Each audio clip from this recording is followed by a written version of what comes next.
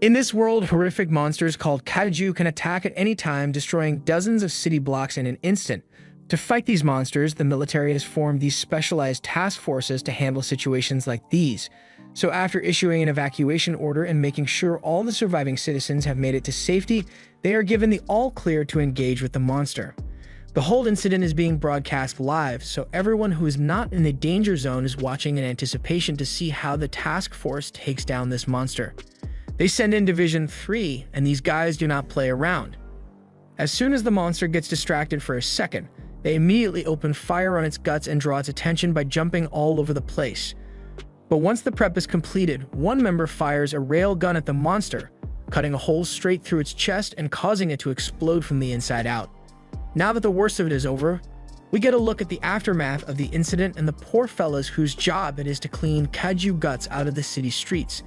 The 3rd Division receives a lot of cheers from the people whom they have saved with their quick response time, but none of that praise is ever going to be going towards Kafka or his team.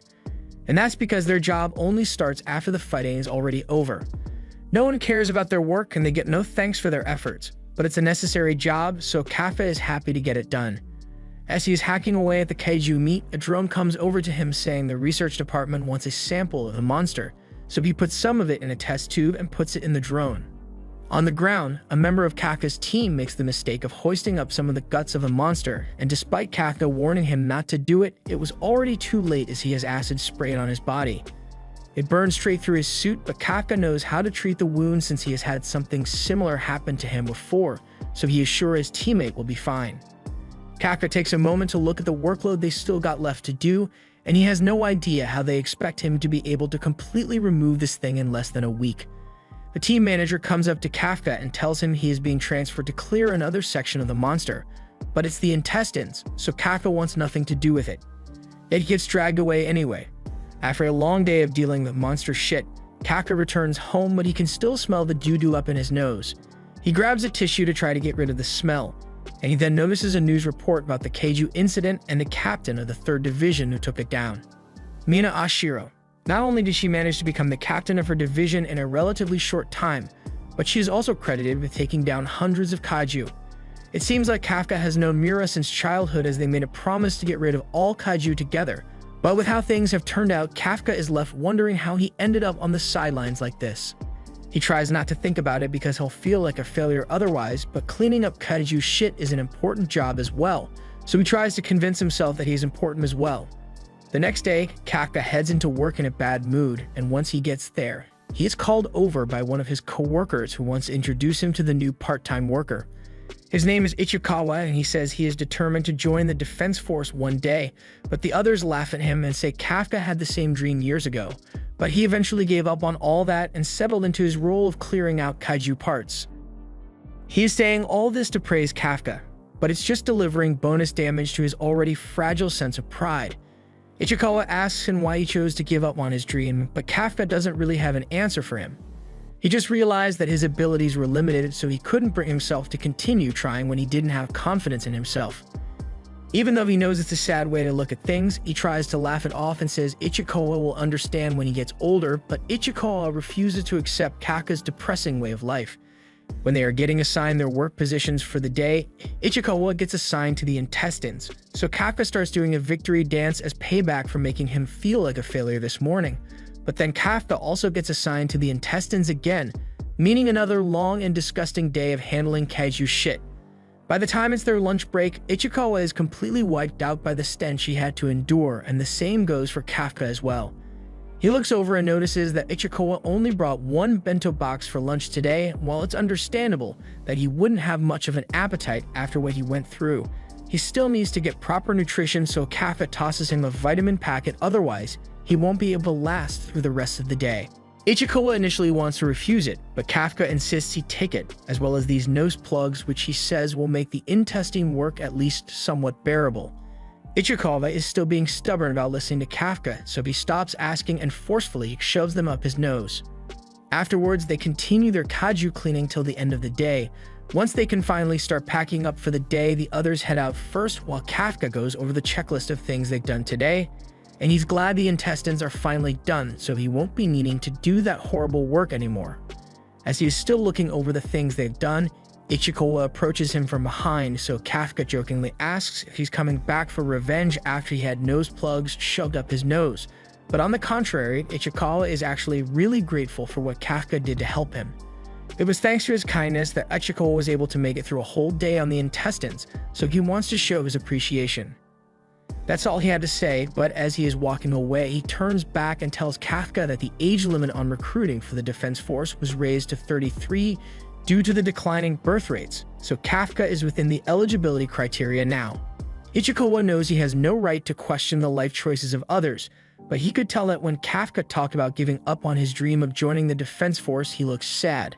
With that being said, Ichikawa doesn't care what Kafka decides to do, so he can choose to ignore what he just told him and continue his life as he normally would.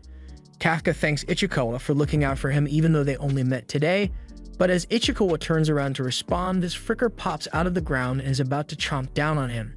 However, before we can lose Ichikawa to the monster, Kafka somehow manages to close the distance in half a second and push him out of the way. Ichikawa is surprised by the feat Kafka was able to just pull off, but they aren't out of the woods yet since the monster attacks again and Kafka is forced to kick him out of the way. He yells at Ichikawa to run away from here as fast as possible so he can call the defense courts to come handle this, but Ichikawa doesn't want to leave him behind to handle a monster like this on his own. Kafka doesn't think he has what it takes to take the monster down by himself, but he also knows Ichikawa being here isn't going to help at all. He's still young and has his dream of joining the defense corps, so he can't let himself be killed here like this. Ichikawa doesn't like it, but he has no other choice but to leave Kafka behind, so he starts running off and Kafka draws the Kaiju's attention in the other direction. It begins chasing him and Kafka is running for his life, and he's moving really well for someone who gave up on his dreams. He finds a doorway into a building and thinks he can use it to escape the Kaiju, so he runs inside while the Kaiju gets stuck at the door, allowing him to create some much-needed distance and jump through a window to get out of there. This leads him to have a flashback of his younger days right after his hometown got destroyed by a Kaiju attack. Both his and Mina's homes and school were destroyed, but what had him the most upset at the time was that he lost his holographic Charizard Pokemon card in the chaos. Mina was upset that her favorite cat ended up dying. They both decided that they wanted to become Defense Force officers, so Kafka made a competition to see who could become the coolest officer between the two of them, and then they'll eliminate Kaiju together. Back to the present, Kafka lands on the ground and continues running after he gets up from the ground. He doesn't know how he let things get so off track after he made that promise with Mina, but he's got to survive this Kaiju first before he can think about that. He can't outrun it any longer, so he picks up a pipe and prepares to take a stand. But despite knowing that he needs to target its legs first, Kafka is frozen in fear and gets knocked out by the Kaiju. He then has his leg crushed by the monster's hand, and with him now unable to move, it lowers its head so it can eat him whole. However, before Kafka is killed, Ichikawa shows back up and knocks the monster's jaw away. Kafka yells at him for putting himself in danger like this, but Ichikawa says he already notified the defense force. However, that doesn't mean he is just going to abandon a friend in trouble, especially one that is badly injured. If he did something like that, then he wouldn't have the right to ever call himself a defense force officer. Kafka realizes that he has always failed to protect the things around him. Even now, he is failing to protect his junior who's about to get squished. Just then, the tiger comes out of nowhere and tackles the Kaiju's hand before several blasts are sent towards the monster, carving it up before a final blast blows out its back. This was the work of Mina and her squad, but she doesn't spare a second for Kafka as she hands his care over to some of her subordinates and heads off to go clear the area of any remaining monsters.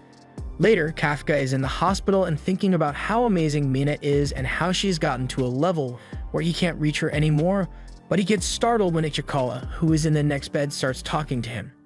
He thanks him because if he hadn't saved him when the monster first arrived, or hadn't gotten Ichikawa to run and inform the defense force, then he would have certainly died in that battle.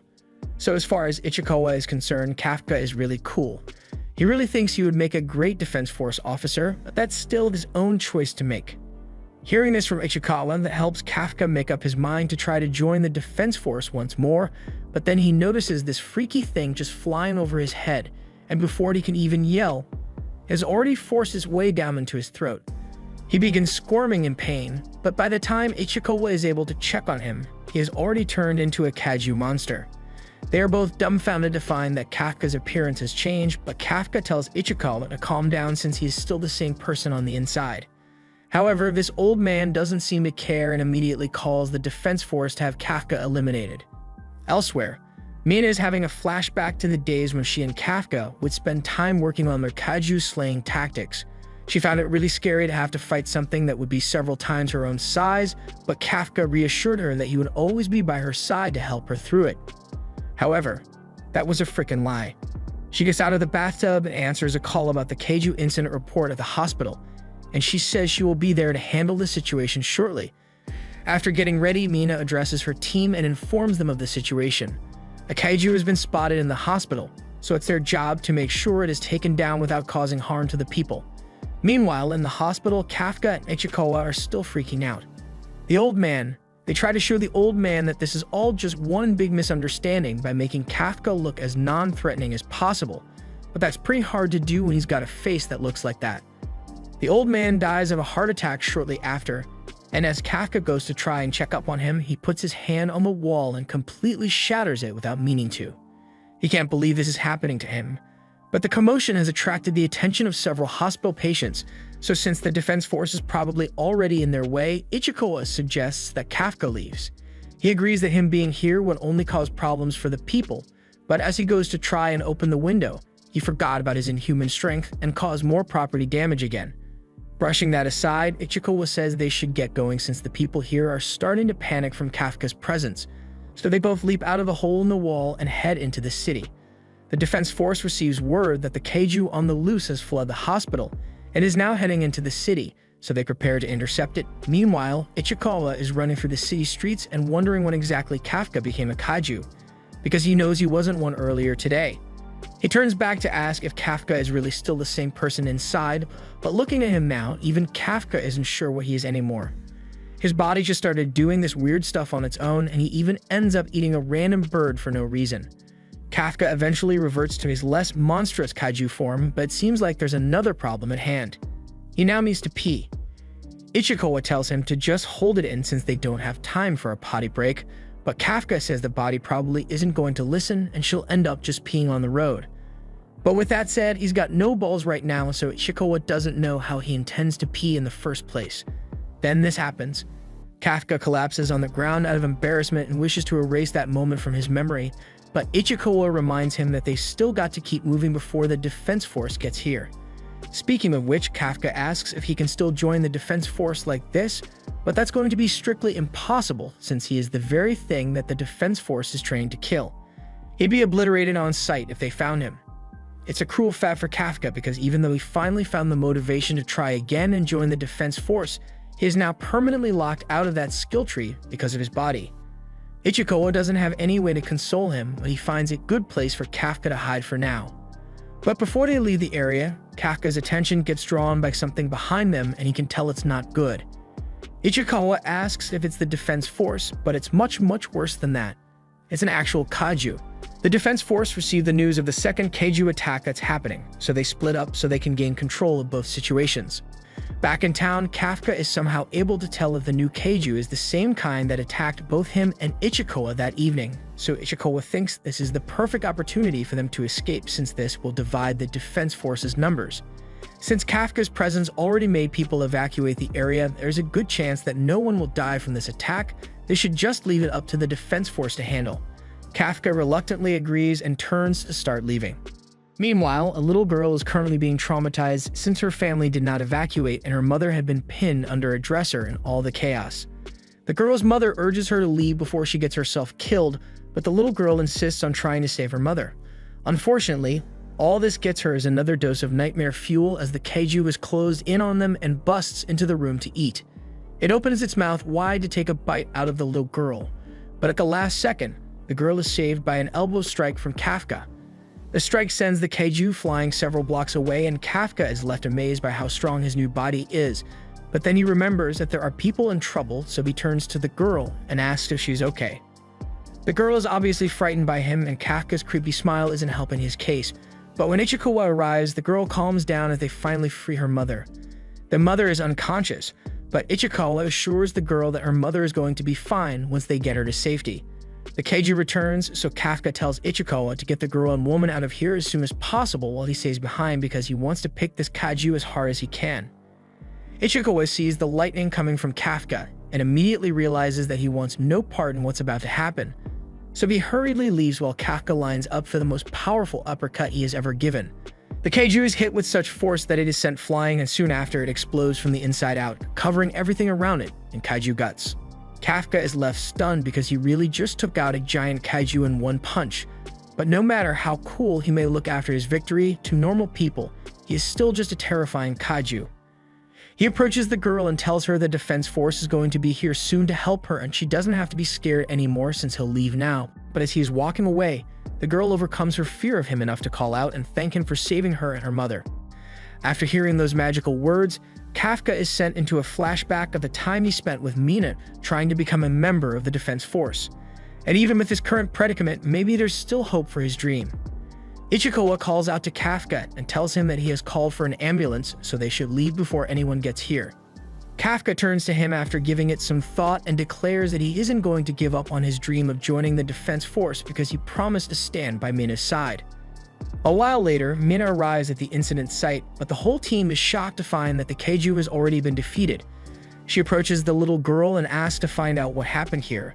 But when the girl attempts to retell the story, she nearly starts crying from all the trauma. Mina assures the girl that she doesn't need to be scared because she, as well as the entire defense force, are going to wipe all the Kaiju off the face of the earth. The girl is happy to hear this at first, but then she thinks about it for a second and asks Mina to promise not to hurt the good Kaiju guy. She says the good Kaiju is the one who saved her mother and killed the other Kaiju, but Mina is still shocked by the words good and Kaiju being used in the same sentence. On the morning news, a portrait of Kafka's Kaiju form is created from eyewitness reports, and it is dubbed Kaiju No.Eight. It is the 8th Kaiju to ever receive a code name, since the Defense Force is yet to track it down. The cleanup crew wonders why the Defense Force hasn't found it yet, and as they talk amongst themselves, Ichikawa walks into the room and sheds a little light on what has transpired thus far. It has been 3 months since Kafka became the first Kaiju to successfully escape from the Defense Force, so officers are dumping a lot of the defense budget into tracking him down.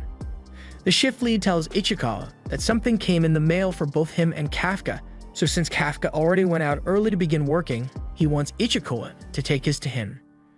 The other guys already know what the mail is about, as Kafka used to apply to the Defense Force every single year, and every year he'd be rejected, so the team would have to cheer him up. Ichikawa takes a look at his results and is delighted to find out that he passed successfully, so he hands off to go give Kafka his results as well. As he was leaving, he stopped for a moment and took a look at Kafka's results himself just to be sure he wasn't going to hand a letter of disappointment to him, but after looking at it, he happily continued running. It looks like Kafka managed to pass the test this time around, and all the guys are happy for him since they know how badly he wanted it. Ichikawa makes it to Kafka and tells him that he actually passed the first round of the exams this time, but as Kafka turns around from eating his lunch, Ichikawa sees that he is letting his Kaiju form show. Kafka had realized he was in Kaiju form and could have really exposed himself if it was anyone other than Ichikawa just now. So he tries to make himself go back to normal, but accidentally leaves his mouth unchanged. Ichikawa gives him an earful about how dangerous it would be for him to get spotted since there are still news stories about him. Both of them had managed to avoid suspicion by claiming they had run away after the Kaiju attacked, but while they fooled everyone back then, if Kafka keeps acting like this, he's going to get exposed sooner or later. Ichikawa hands his results over to him. But while Kafka is still happy, he isn't nearly as happy as Ichikawa thought he would be. This is mainly because Kafka only ever failed at the second stage of the test, so the hard part is yet to come for him. While they are on that topic, Ichikawa asks if Kafka really intends to take the exam with his body the way it is. The first exam was easy enough to take since it was just a written test, but the second one is going to have officers all over the place, and they killed him on sight if they found out about his body. Even with the risk, Kafka is still determined to take the exam. Over the past 3 months, he has been trying to find a way to turn back into a human completely, but he hasn't had any luck yet. However, with the age limit, this is his last chance to actually apply, so he has to take a chance. Ichikawa understands his determination, but he makes it clear that if something happens to Kafka, then he's on his own because if they are taking this test together, it's going to be as rivals. Kafka reaches down to grab his water bottle, but when he has a little trouble opening the cap, he accidentally transforms into his Kaiju form and breaks the bottle. Ichikawa takes back everything he just said and tells Kafka to drop out of the exam because he is going to get himself killed, but Kafka still really wants to do it. Ichikawa relents, but reiterates that he is on his own if anything happens during the exam. Everyone else is going to be here soon to start work, so he tells Kafka to get a grip on his transformation. Once Ichikawa leaves, Kafka reveals that he was really relieved that he passed since he wouldn't know what to do if Ichikawa passed and he didn't, but now he's got to get ready for the test. On the day of the test, Kafka and Ichikawa arrive in the parking lot of the Defense Force and Ichikawa is utterly amazed by the huge building he sees before him. He's been to a base before on a field trip, but this one is way bigger than anything he has ever seen. Kafka explains that they share this area with a special Defense Force garrison, so when something happens, both sides work together and handle it quickly. So in other words, if Kafka accidentally transforms here, he would be dead within seconds.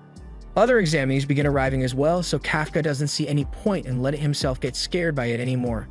He tells Ichikawa that they should probably head inside soon, but he is interrupted by a rude girl who calls him an old man. Kafka defends himself, saying that he is only 32, so he isn't that old. But even Ichikawa thinks he is old, so he just has to accept it. His age aside, the girl bluntly tells him to move his car, even though there are many spots available elsewhere, just because she thinks she has a right to it, since 5 is her lucky number. Kafka obviously isn't going to budge for a dumb reason like that, so the girl takes matters into her own hands and prepares to abuse the fact that she is probably rich. She takes off her clothes, revealing that she is wearing the kind of battle suit the Defense Force people wear, but she isn't going to be using it for such a noble cause as fighting Kaiju. Instead, she picks up Kafka's car with one hand and tosses it out of the spot, which she probably thinks makes her cool, but it just makes her a bitch. However, being a big shot apparently gives her the right to do stuff like this and get away with it, as she introduces herself as Kakoru Shinomiya, and she says she kills Kaiju for fun. And coincidentally, she finds it weird that Kafka smells like a Kaiju. Ichikawa immediately tries to explain it away by saying they work in the Kaiju disposal. But while Kakoru was wondering why Kaiju disposal workers are here, Kafka has already gone and picked his truck back up. She is astonished seeing a 30-year-old man pick something as heavy as that without hurting his back, so she assumes he must have his own private suit as well. He doesn't confirm or deny anything, but he turns to her and says she had better remember him. While they were busy talking, Kakoru's butler had already gone ahead and taken the parking spot, so Kafka still ended up losing the battle. But now Kakoru is excited by what this old man can do and can't wait to go up against him in the exam. She then turns to leave, along with her butler and security.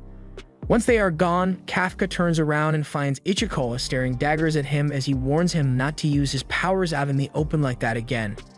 Kafka apologizes, but he only transformed the parts that would be hidden by his clothes. He thought it would be fine. Some guards come over to ask if everything is alright now, but for some reason they were nowhere to be found when Kakoru was tossing Kafka's car. Ichikawa and Kafka both say there's nothing wrong, so the guards tell them to hurry up and get inside the building then. However, before they leave, Ichikawa warns Kafka that he will totally rat him out the next time he transforms like that again. Kafka agrees to his terms, so the two head inside, but as the exam finally begins, Kafka finds that he can't keep up at all. He knows he has been maintaining his daily training routine out of habit for years, and he does a lot of manual labor for his job, but that isn't making a difference here. Before the exam began, Kafka and Ichikawa went over the format of the exam, and it consists of a fitness test, followed by a random aptitude test. However, they didn't know what the aptitude test will be, so they needed to score really high in the fitness exam to make up for it. However, that doesn't look like it will be an option for Kafka as he is doing terribly. He was bad before, but back then he was just barely below average, but now with his 30-year-old back, he's at the bottom of the bell curve.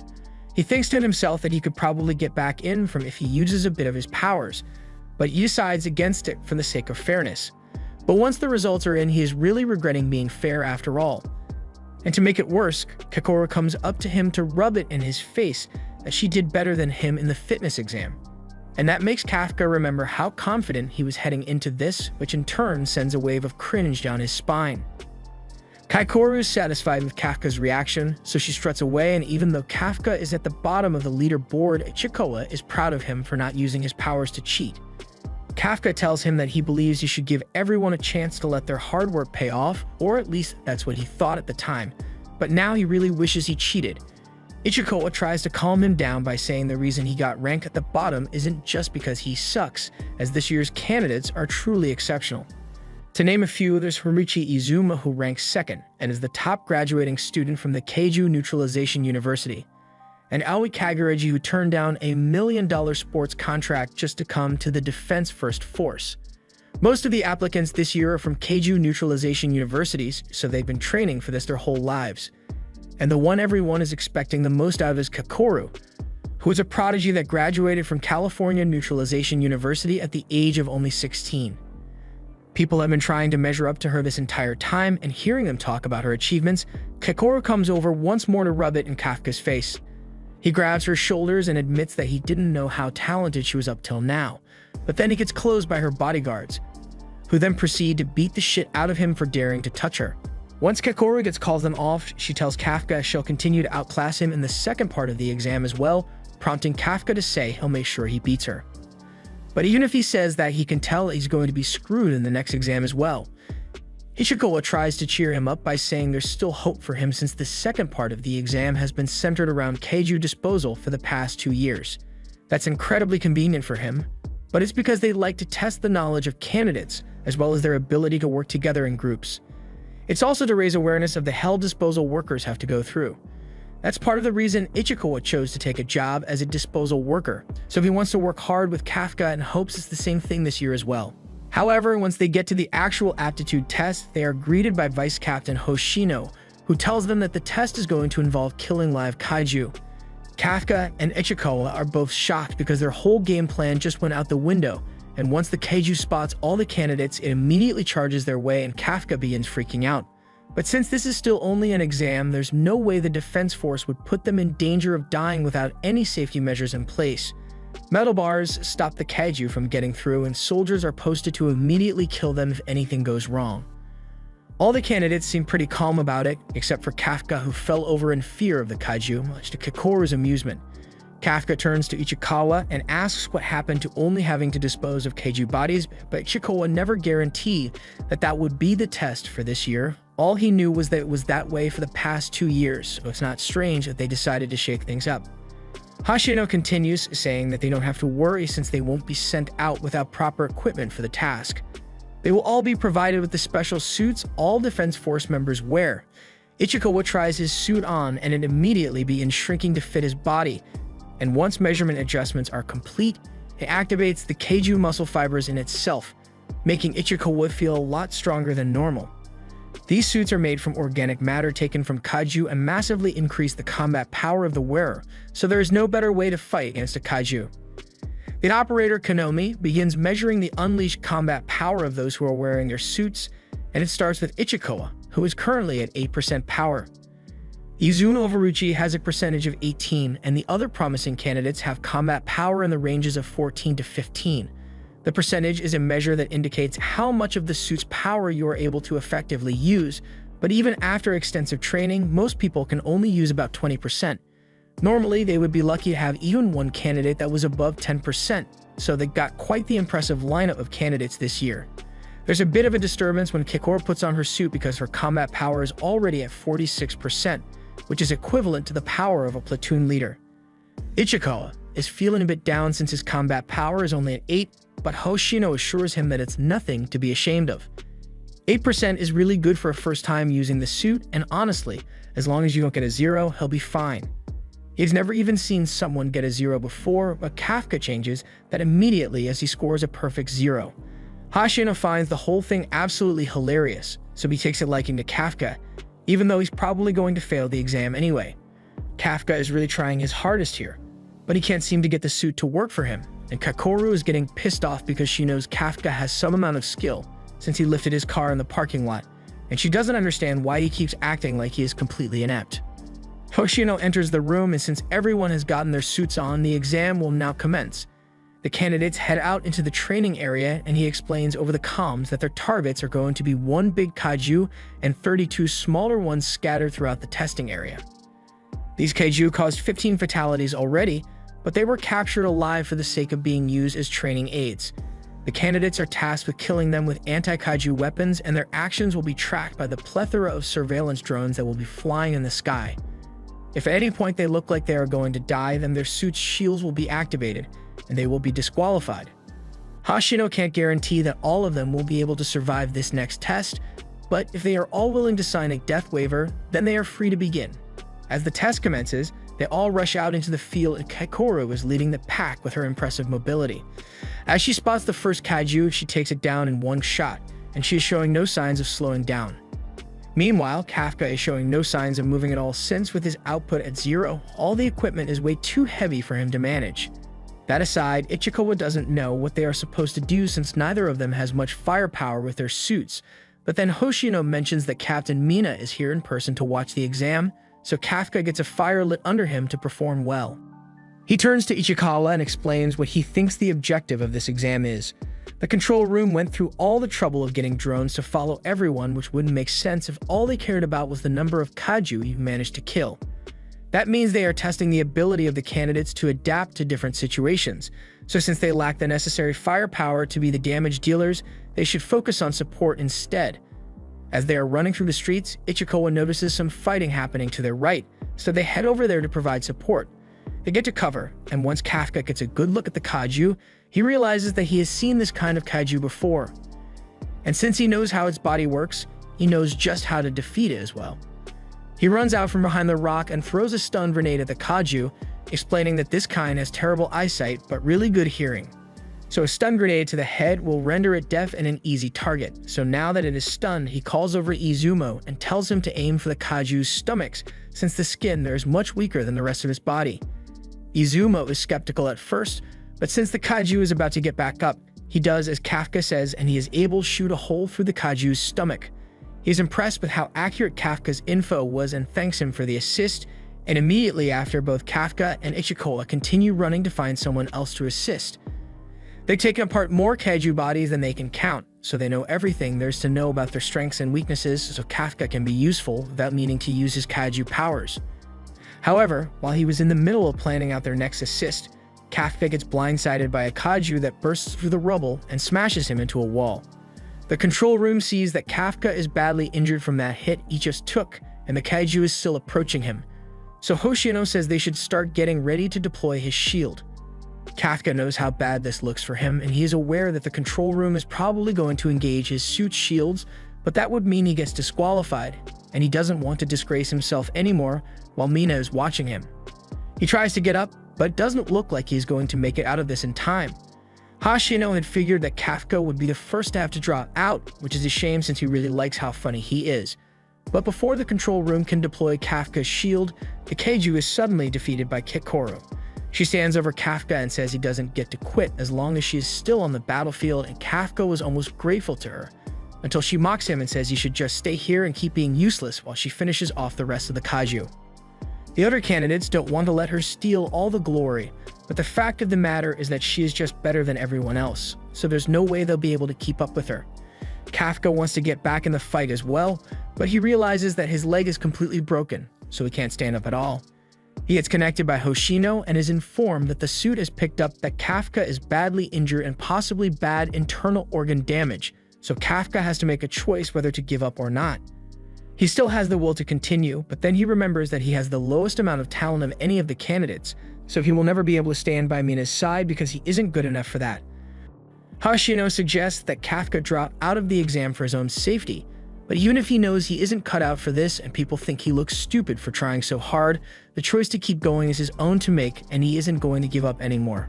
Ichikawa comes over to check on Kafka, but he says he is okay and even manages to get back on his feet despite his leg being broken. If he's willing to go that far, then they see no reason to force him to quit now, but if things get ugly or his condition deteriorates in any way, then his shield will immediately be activated and he will be disqualified. Kafka is happy to continue under those conditions, but he can't deny that his condition is nowhere near decent enough to keep up with Ichikawa, so he tells him to go on ahead without him since he doesn't want to slow him down. But Ichikawa isn't going to just leave him behind because they came here together, and they are going to finish the exam together no matter what. Kafka is touched by Ichikawa's consideration, so the two agree to work together, and since Kafka's leg is still broken, Ichikawa is carrying him on his shoulders, much to Hoshino's amusement. Ichikawa feels embarrassed with how people are staring at him, But this is the only way they can keep going as a team, so Ichikola will act as the legs, while Kafka uses his years of Kaiju knowledge to help them attack, and all the while Hoshino is seriously considering giving them a passing score just because he thinks they are really funny. While Ichikawa and Kafka are trying to catch up, the other front runners for the exam are still killing Kaiju and trying to not lose to Kikoru, but she is just too damn good. She proceeds to steal the kills of everyone she comes across, so they all slowly give up on even trying to help. Midway through, Kikoru switches to a staff and uses it to decapitate the last small Kaiju in the area, so the only one left is the giant one, and she's already all over it. She throws a grenade at it to cause a distraction, and while it is still confused, she jumps off the buildings and comes down on it from above before firing a shot straight through its mouth. With that, the exam has now been concluded, and Kafka and Ichikawa got to do an absolute total of nothing even with their ridiculous formation. Kafka complains that Kikoru is way too fast, but then his body gives out and he collapses on the ground in exhaustion.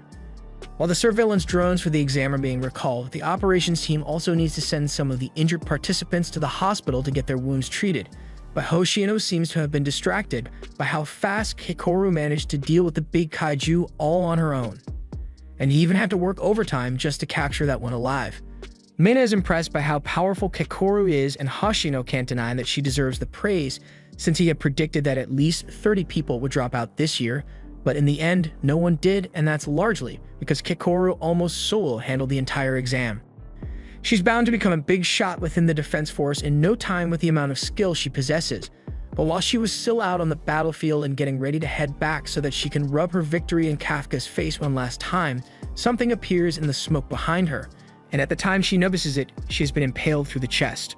On the other side of the field, Kafka is still trying to catch his breath, and he has to admit that Kikoru certainly beat him by a landslide, but he also has her to thank because she helped them last throughout the test by ending it so quickly. But then something horrifying starts happening as dozens of dead Kaiju all suddenly start coming back to life.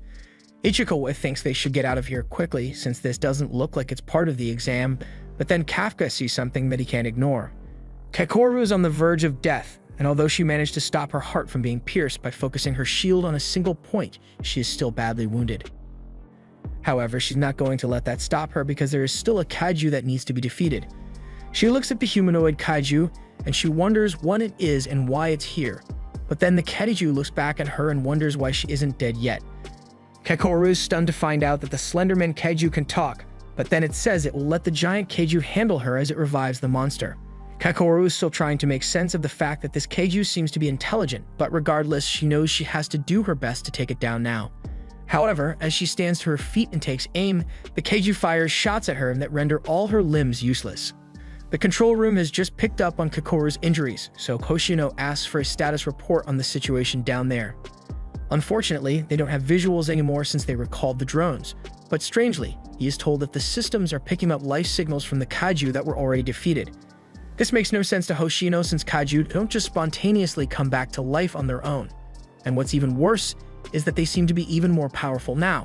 With a resilience score of 6.4, the only ones right now that would be able to handle the situation are either him or Mina, so they head out immediately to save the trainees. Meanwhile, on the testing grounds, an order is issued for everyone to evacuate as soon as possible. But Kikoru can't follow that order because if someone doesn't take on the revived big Kaiju, then it will go on a rampage and kill a lot of people. She uses her suit to stop the bleeding of her injuries and stands up once again to fight this thing because, as her father always told her, she needs to be the perfect soldier at all times.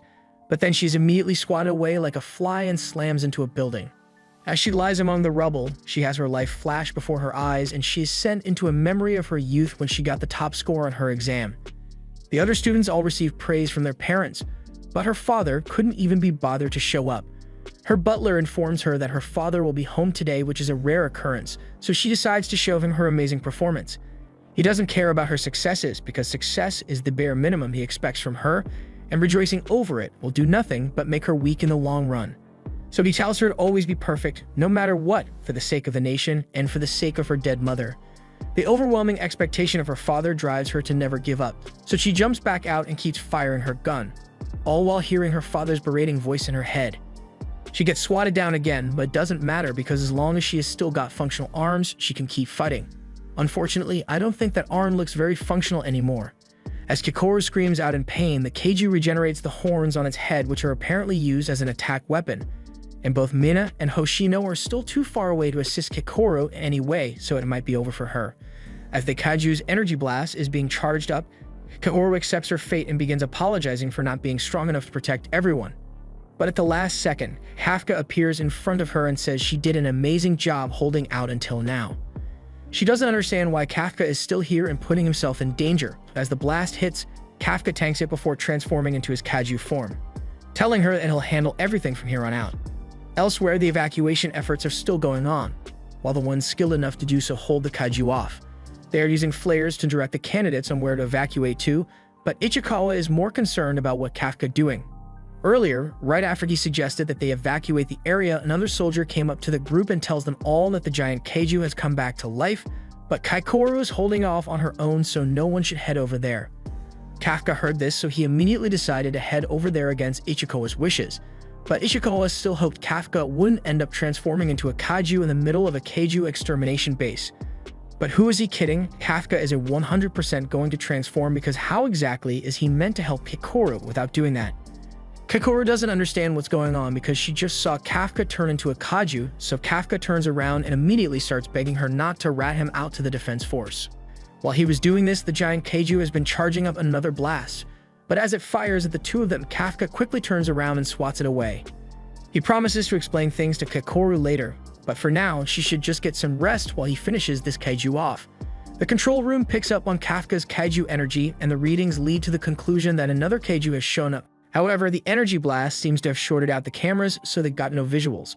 But from the readings they are getting, this new Kaiju's fortitude is at 9.8. They've never seen a score that high before, but they just chalk it up to the sensors malfunctioning from the blast as well. Back over to Kafka, he knows reinforcements are on their way, so he doesn't have much time to spare here, which is why he will end this all in one punch. The Kaiju clashes fists with Kafka, but with Kafka being the more powerful one, the force he generates is enough to literally start ripping the flesh off the bone of the Kaiju, leaving nothing but a pair of legs. Kikoru is still trying to process everything she had just witnessed, but then Kafka turns back to her and immediately runs over before bitch-slapping a Kaiju that was trying to sneak up on her. Now that it is dead, Kafka tells her that she's going to be alright, and he is glad that she is safe. Hearing those words from Kafka's mouth is a breath of fresh air to her with all her daddy issues, but Kafka then scolds her for putting herself in so much danger like she did. But then Ichikawa shows up and scolds Kafka for doing the exact same thing. Kafka is surprised Ichikawa is still here, but he was worried that Kafka may do something stupid while he wasn't there, and sure enough, he finds Kafka fully transformed out in the open. While he and Ichikawa continue talking, Kikoru's injuries finally catch up to her, so she loses consciousness and collapses on the ground. A while later, Hoshino and Mina arrive on the scene, and they are confused as much as they are intrigued by what could have taken out the Kaiju and caused this much of a mess. The search team comes back and says they were unable to find any of the mission candidates, but just then, the control room informs them over the comms that Kafka, Ichikawa, and Kikoru have all been spotted making their way into Gate 6, so all the examinees have been accounted for. Hoshino admits that Kikoru is a strong fighter, but he knows there is no way she could have managed to accomplish something like this.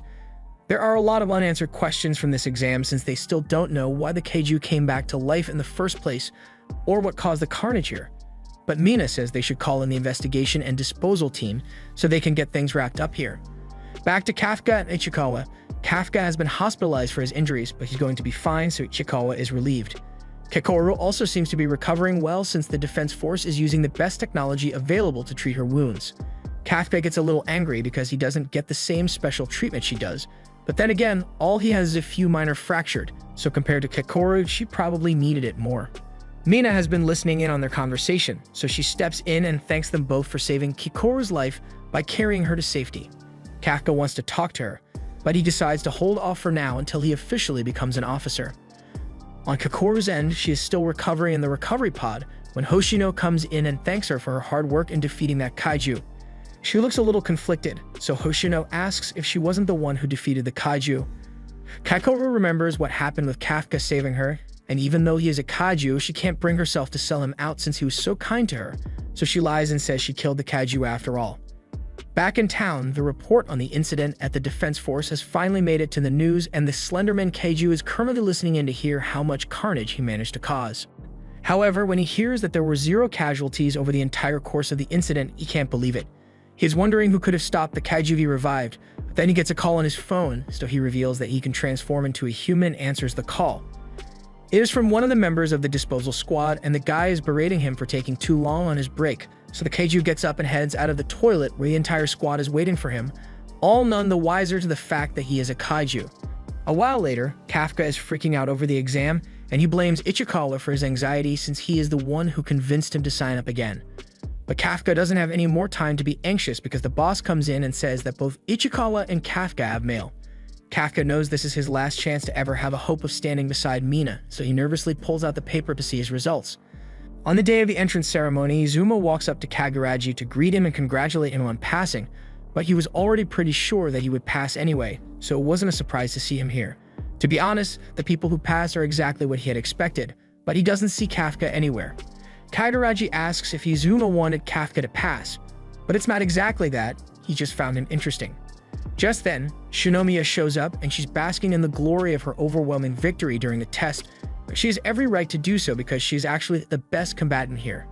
Before meeting her, both Izumo and Kaguraji had both thought they would be in first place, but now Izumo thinks they're stuck competing for the number 2 spot. Kaguraji retorts by saying he scored the highest in the physical fitness test, so they'll keep aiming for number 1 even if Izumo wants to give up. Elsewhere in the hall, Ichikawa bumps into another one of the successful candidates, and the guy recognizes him from the exam, but he can't recall his name. Ichikawa reintroduces himself, and the guy does the same, saying he is called Iharu Furuhashi, but he wants to be on a first-name basis with Ichikawa. He decides to call him Rino, and in return, he wants to be called Iharu. Now that they are well acquainted, Iharu asks what happened to Kafka, and if he somehow failed the test, but it seems to be a little more complicated than that. Just then, an announcement that Mina will be entering is made, so everyone goes quiet as she walks in. Once Mina makes it up on stage, the induction ceremony is set to officially commence, so Kakoru is asked to come up and speak on behalf of the incoming class. As Kakoru walks up on stage, Mina hands her the class roster and welcomes them to the Defense Force. She also gives special thanks to Kakoru for her help in the incident after the exam because thanks to her, there were no casualties whatsoever. Kakoru feels a little guilty about accepting such high praise from Mina when she wasn't the one who killed that Kaiju. Kafka should be the one hearing these words right now, so why he isn't here? He not only saved her life, but also worried about her like she was a little girl, and she feels a little humiliated about it. But it doesn't look like she needs to worry about that since Kafka sheepishly tiptoes into the room in his new Defense Force uniform a moment later. A lot of people are glad to see him, but some context is needed to know how he managed to not fail. The truth is that he totally failed the exam. He had the lowest score in the fitness exam and he had no aptitude for the suits, so it was a pretty clear failing grade. No one objects to this evaluation, and although Mina wants to stick up for her friend, she also knows she can't give him preferential treatment like this. However, Hoshino is willing to give all the preferential treatment in the world to Kafka, so he says he'll take him under his wing. He justifies it by saying that Kafka's scores may be really low, but in the practical part of the test, he was able to accurately identify the weak points of the Kaiju and prioritize helping the overall Kaiju extermination effort instead of solely focusing on his own kills. There aren't many people with the skills to do that, but the reason Hoshino wants to bring Kafka aboard is because he thinks he is funny. Hoshino wasn't sure if Kafka would ever meet the requirements to become a full officer, but for now, he wants to keep him as a cadet in part of his platoon. Mina explains to everyone that Kafka isn't a full officer yet, so she has him sit out of the induction ceremony, but that still means he passed. Now that that's been settled, Hoshino walks up and asks Mina to say a few words to the new officers. She steps up to the mic and addresses everyone, saying that she is glad that they all volunteered to join the Defense Corps and put in the effort necessary to pass that difficult exam. For the last few years, they've seen more Kaiju with far greater fortitude than they've ever seen before, and they also have to worry about strange incidents where Kaiju may be able to come back to life. Missions are going to be more dangerous than they've ever been, and some people may die, and there's no guarantee that anyone will make it back from missions alive, so she wants them all to entrust their lives to her. Through all these dangerous missions, she swears that she will be there, standing at the very front and acting as both the shield and spear of the team. And Kafka is so touched by this speech that he blurts out that he will make sure he can stand by Mina's side as well. Everyone is shocked that Kafka would dare speak to the captain so carelessly, but Mina is actually happy that Kafka hasn't forgotten his promise to her. Although she's still the captain, so she decides to punish Kafka for speaking out of turn and tells him to do 100 push-ups. Hoshino found the whole thing really funny, so he's not regretting his decision to accept Kafka at all. But being funny isn't the only reason that Hoshino wanted to recruit Kafka. Back when the Kaiju started coming back to life, they suddenly saw signals of a 9.8 fortitude Kaiju appearing, and while he is still fairly sure that the reading was a malfunction, but at the same time they also lost signal to the vitals of one examinee. He knows something is off about Kafka simply by the fact that he had zero compatibility with the suit, so he's going to keep a close eye on him to find out what secret he's hiding. Kafka had just finished his 100 push-up punishment, and while he's lying on the floor out of exhaustion, Kekoru comes up to him and says she wants to talk, so he should come with her. Kafka asks why she can't just talk to him here, but Kekoru doesn't want other people hearing about it, so they start teasing her about wanting to confess to Kafka. Kafka actually believes that's what's going on, but Kekoru denies it and kicks him across the face while Ichikawa watches on with a look of disapproval. Later, the three are sitting in an empty diner and Kafka has just told Kekoru what happened to him back in the hospital, but she finds it hard to believe that he turned into a Kaiju because he ate one. Kafka thinks it wouldn't be such a big deal to tell the defense force about it since they might be able to cure him, but Kekoru doesn't think there's any chance of that happening. For one, if they don't decide to kill him on the spot, they would probably subject him to countless gruesome experiments, and he is guaranteed to never become an officer at that point. And on top of that, when a Kaiju is really powerful, the defense force uses its body to create special weapons after they defeat it, so it's possible they might try to do that to him. After hearing what fate may await him if his secret gets out, Kafka pleads with Kekoru to keep his secret for him. She ends up agreeing to not rat him out since he saved her life, but she says that if she ever finds out that Kafka is a Kaiju that will hurt mankind, then she will kill him without mercy. Ichikawa freezes up a little after hearing how serious she is, but Kafka is actually glad because he would never want to be left alive if he was a danger to society. Later on, Ichikawa is taking part in a training exercise where he learns how to use the anti-Kaiju guns properly, and he is doing a decent job at it, getting a completion time of just over 2.5 minutes and a suit activation percentage of 18, so he has really improved a lot since he first joined. Because of this, Iharu feels pressure to do just as well as him because he can't let himself get overshadowed. Through the sheer force of petty competition, Iharu is able to get quicker time than Ichikawa, as well as an activation force of 20%. And he wastes no time bragging about his performance to Ichikawa. But then he gets a reminder that there's always someone better when Kekoru shatters his record by a full minute. And with a suit power of 55%, so she wastes no time and rubs it in his face that she's superior.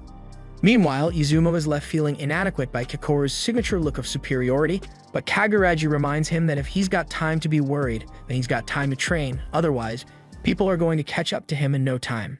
Right now, both Izumo and Kaguraji are on equal footing in terms of battle power, and Kafka's just doing his own things because he's excited that he finally got his suit up to 1%.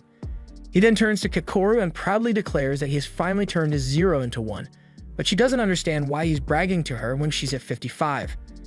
Hoshino still finds him amusing, but he tells Kafka that he's never going to become an officer at this rate, and at most he will last 3 months before he is fired. And after hitting Kafka with facts, he tells everyone that they should run 10 laps around the perimeter and then training will be done for the day. They don't think it's fair to have to run laps, but because they complain, Hoshino makes it 15 laps instead and tells them to get going. A lot of the new recruits have developed rivalries among each other, and Hoshino is happy to see it because the competition is helping them grow stronger than ever. After training is complete, everyone heads to the baths and Kafka is exhausted from having to run laps at the end of training. But Ichikawa and Iharu seem to be full of energy since Iharu is showing off his muscle gains.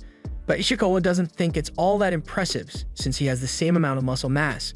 Kafka has to get in on this and show the young lads what a real man's muscles look like, and Iharu was really impressed. But that didn't last long as Kafka runs out of breath and shows Iharu what a real man's stomach looks like. Iharu and Ichikawa both start laughing at Kafka, but he says the same things will happen to them once they turn 28, so they had better be prepared. But then, everyone gets put in their place when Kaguraji shows up and shows them what the peak physical form looks like. They all jump in the bath out of embarrassment, but the mood soon turns back to regular conversation and Kafka is happy because he hadn't gotten to do stuff like this in a long while. On the girls' side, Kekoru and 2 relatively unimportant officers walk into the changing room and they find Mina there, so they were going to leave and let her finish. But Mina says it's alright since she was about to leave anyway.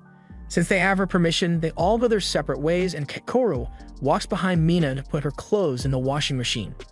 While she does this, she notices that Mina has some decent muscle on her body, but that doesn't explain the ridiculous amount of combat power she's able to produce, But all that staring got Mina's attention, so Kakoru asks her directly about how she got her muscles. Mina agrees to show her the basics of her training routine since she's here anyway, and though Kakoru wasn't expecting it, she is still grateful for the kind gesture. Back to the boys, they start talking to each other about why they joined the defense force, and Aiharu goes first by explaining that his reasoning for joining is because of Mina. He was saved from a kaiju by her when he was still in middle school, and ever since then, he's always wanted to be like her. The others have similar reasons for joining, and they all involve admiration for Mina. But when it's Kafka's turn to answer, he freezes up a little but eventually tells them that he is childhood friends with Mina. All the boys are jealous of him, so Kafka tries to step out before things get too heated, but it's already too late for that as they now want to hear everything about Mina's childhood. They end up staying in the bath for so long that by the time Kakoru comes out, they've all fainted from heat stroke and Ichikawa is stuck trying to revive them. The next day, training continues as usual, and the recruits and everyone begins bonding over the time spent together, but Kafka still sucks compared to everyone else. But at the end of the day, everyone is exhausted from all the hard work, but while they are asleep, Kafka is still up working to improve himself so that he doesn't get kicked off the defense force. After a while, Hoshino walks in and finds Kafka working, but while it is an admirable thing to do, sleeping is also an important part of training, so he can't just neglect it. Kafka really doesn't want to get fired, and Hoshino assumes it's because of the promise he made with Mina, but Kafka never told him about that, so he's wondering how he could possibly know. Hoshino admits that he was listening in on the conversations the guys were having in the bath, but aside from how weird that is, Kafka admits that his motivation is indeed because of the promise he made, so he needs to do whatever it takes to stand at Mina's side. Hoshino interprets this to mean that Kafka wants to steal his position as vice captain, and this is exactly what Kafka intends to do, so he will work hard to achieve it. Before Hoshino leaves, he lets Kafka know that he won't be giving up his spot as vice captain so easily. And one more word of advice, he tells Kafka not to get too close to anyone on the team, because in this line of work, anyone could die at any moment, especially if they're getting a lot of screen time. Just then, an alarm bell goes off, which means a Kaiju emergency is happening right now. So Hoshino tells Kafka to hurry up because it's time for his first mission. After Mina is suited up, she arrives at the meeting room and asks Okanoji to brief her on the situation at hand right now. She is then informed that the area surrounding the incident has been evacuated successfully, with the help of the regular defense force, and the people seem much more relaxed than they should be about a life-threatening emergency since this kind of thing happens all the time. They are receiving status reports from the defense force as they speak, and as for the Kaiju, after it appeared it seems to have grown larger and entered the breeding phase, which means if they don't hurry, then it is going to spew out a ton of smaller Kaiju. However, there are already tons of Kaiju surrounding it, so it's going to be a ton of work to clear this thing out.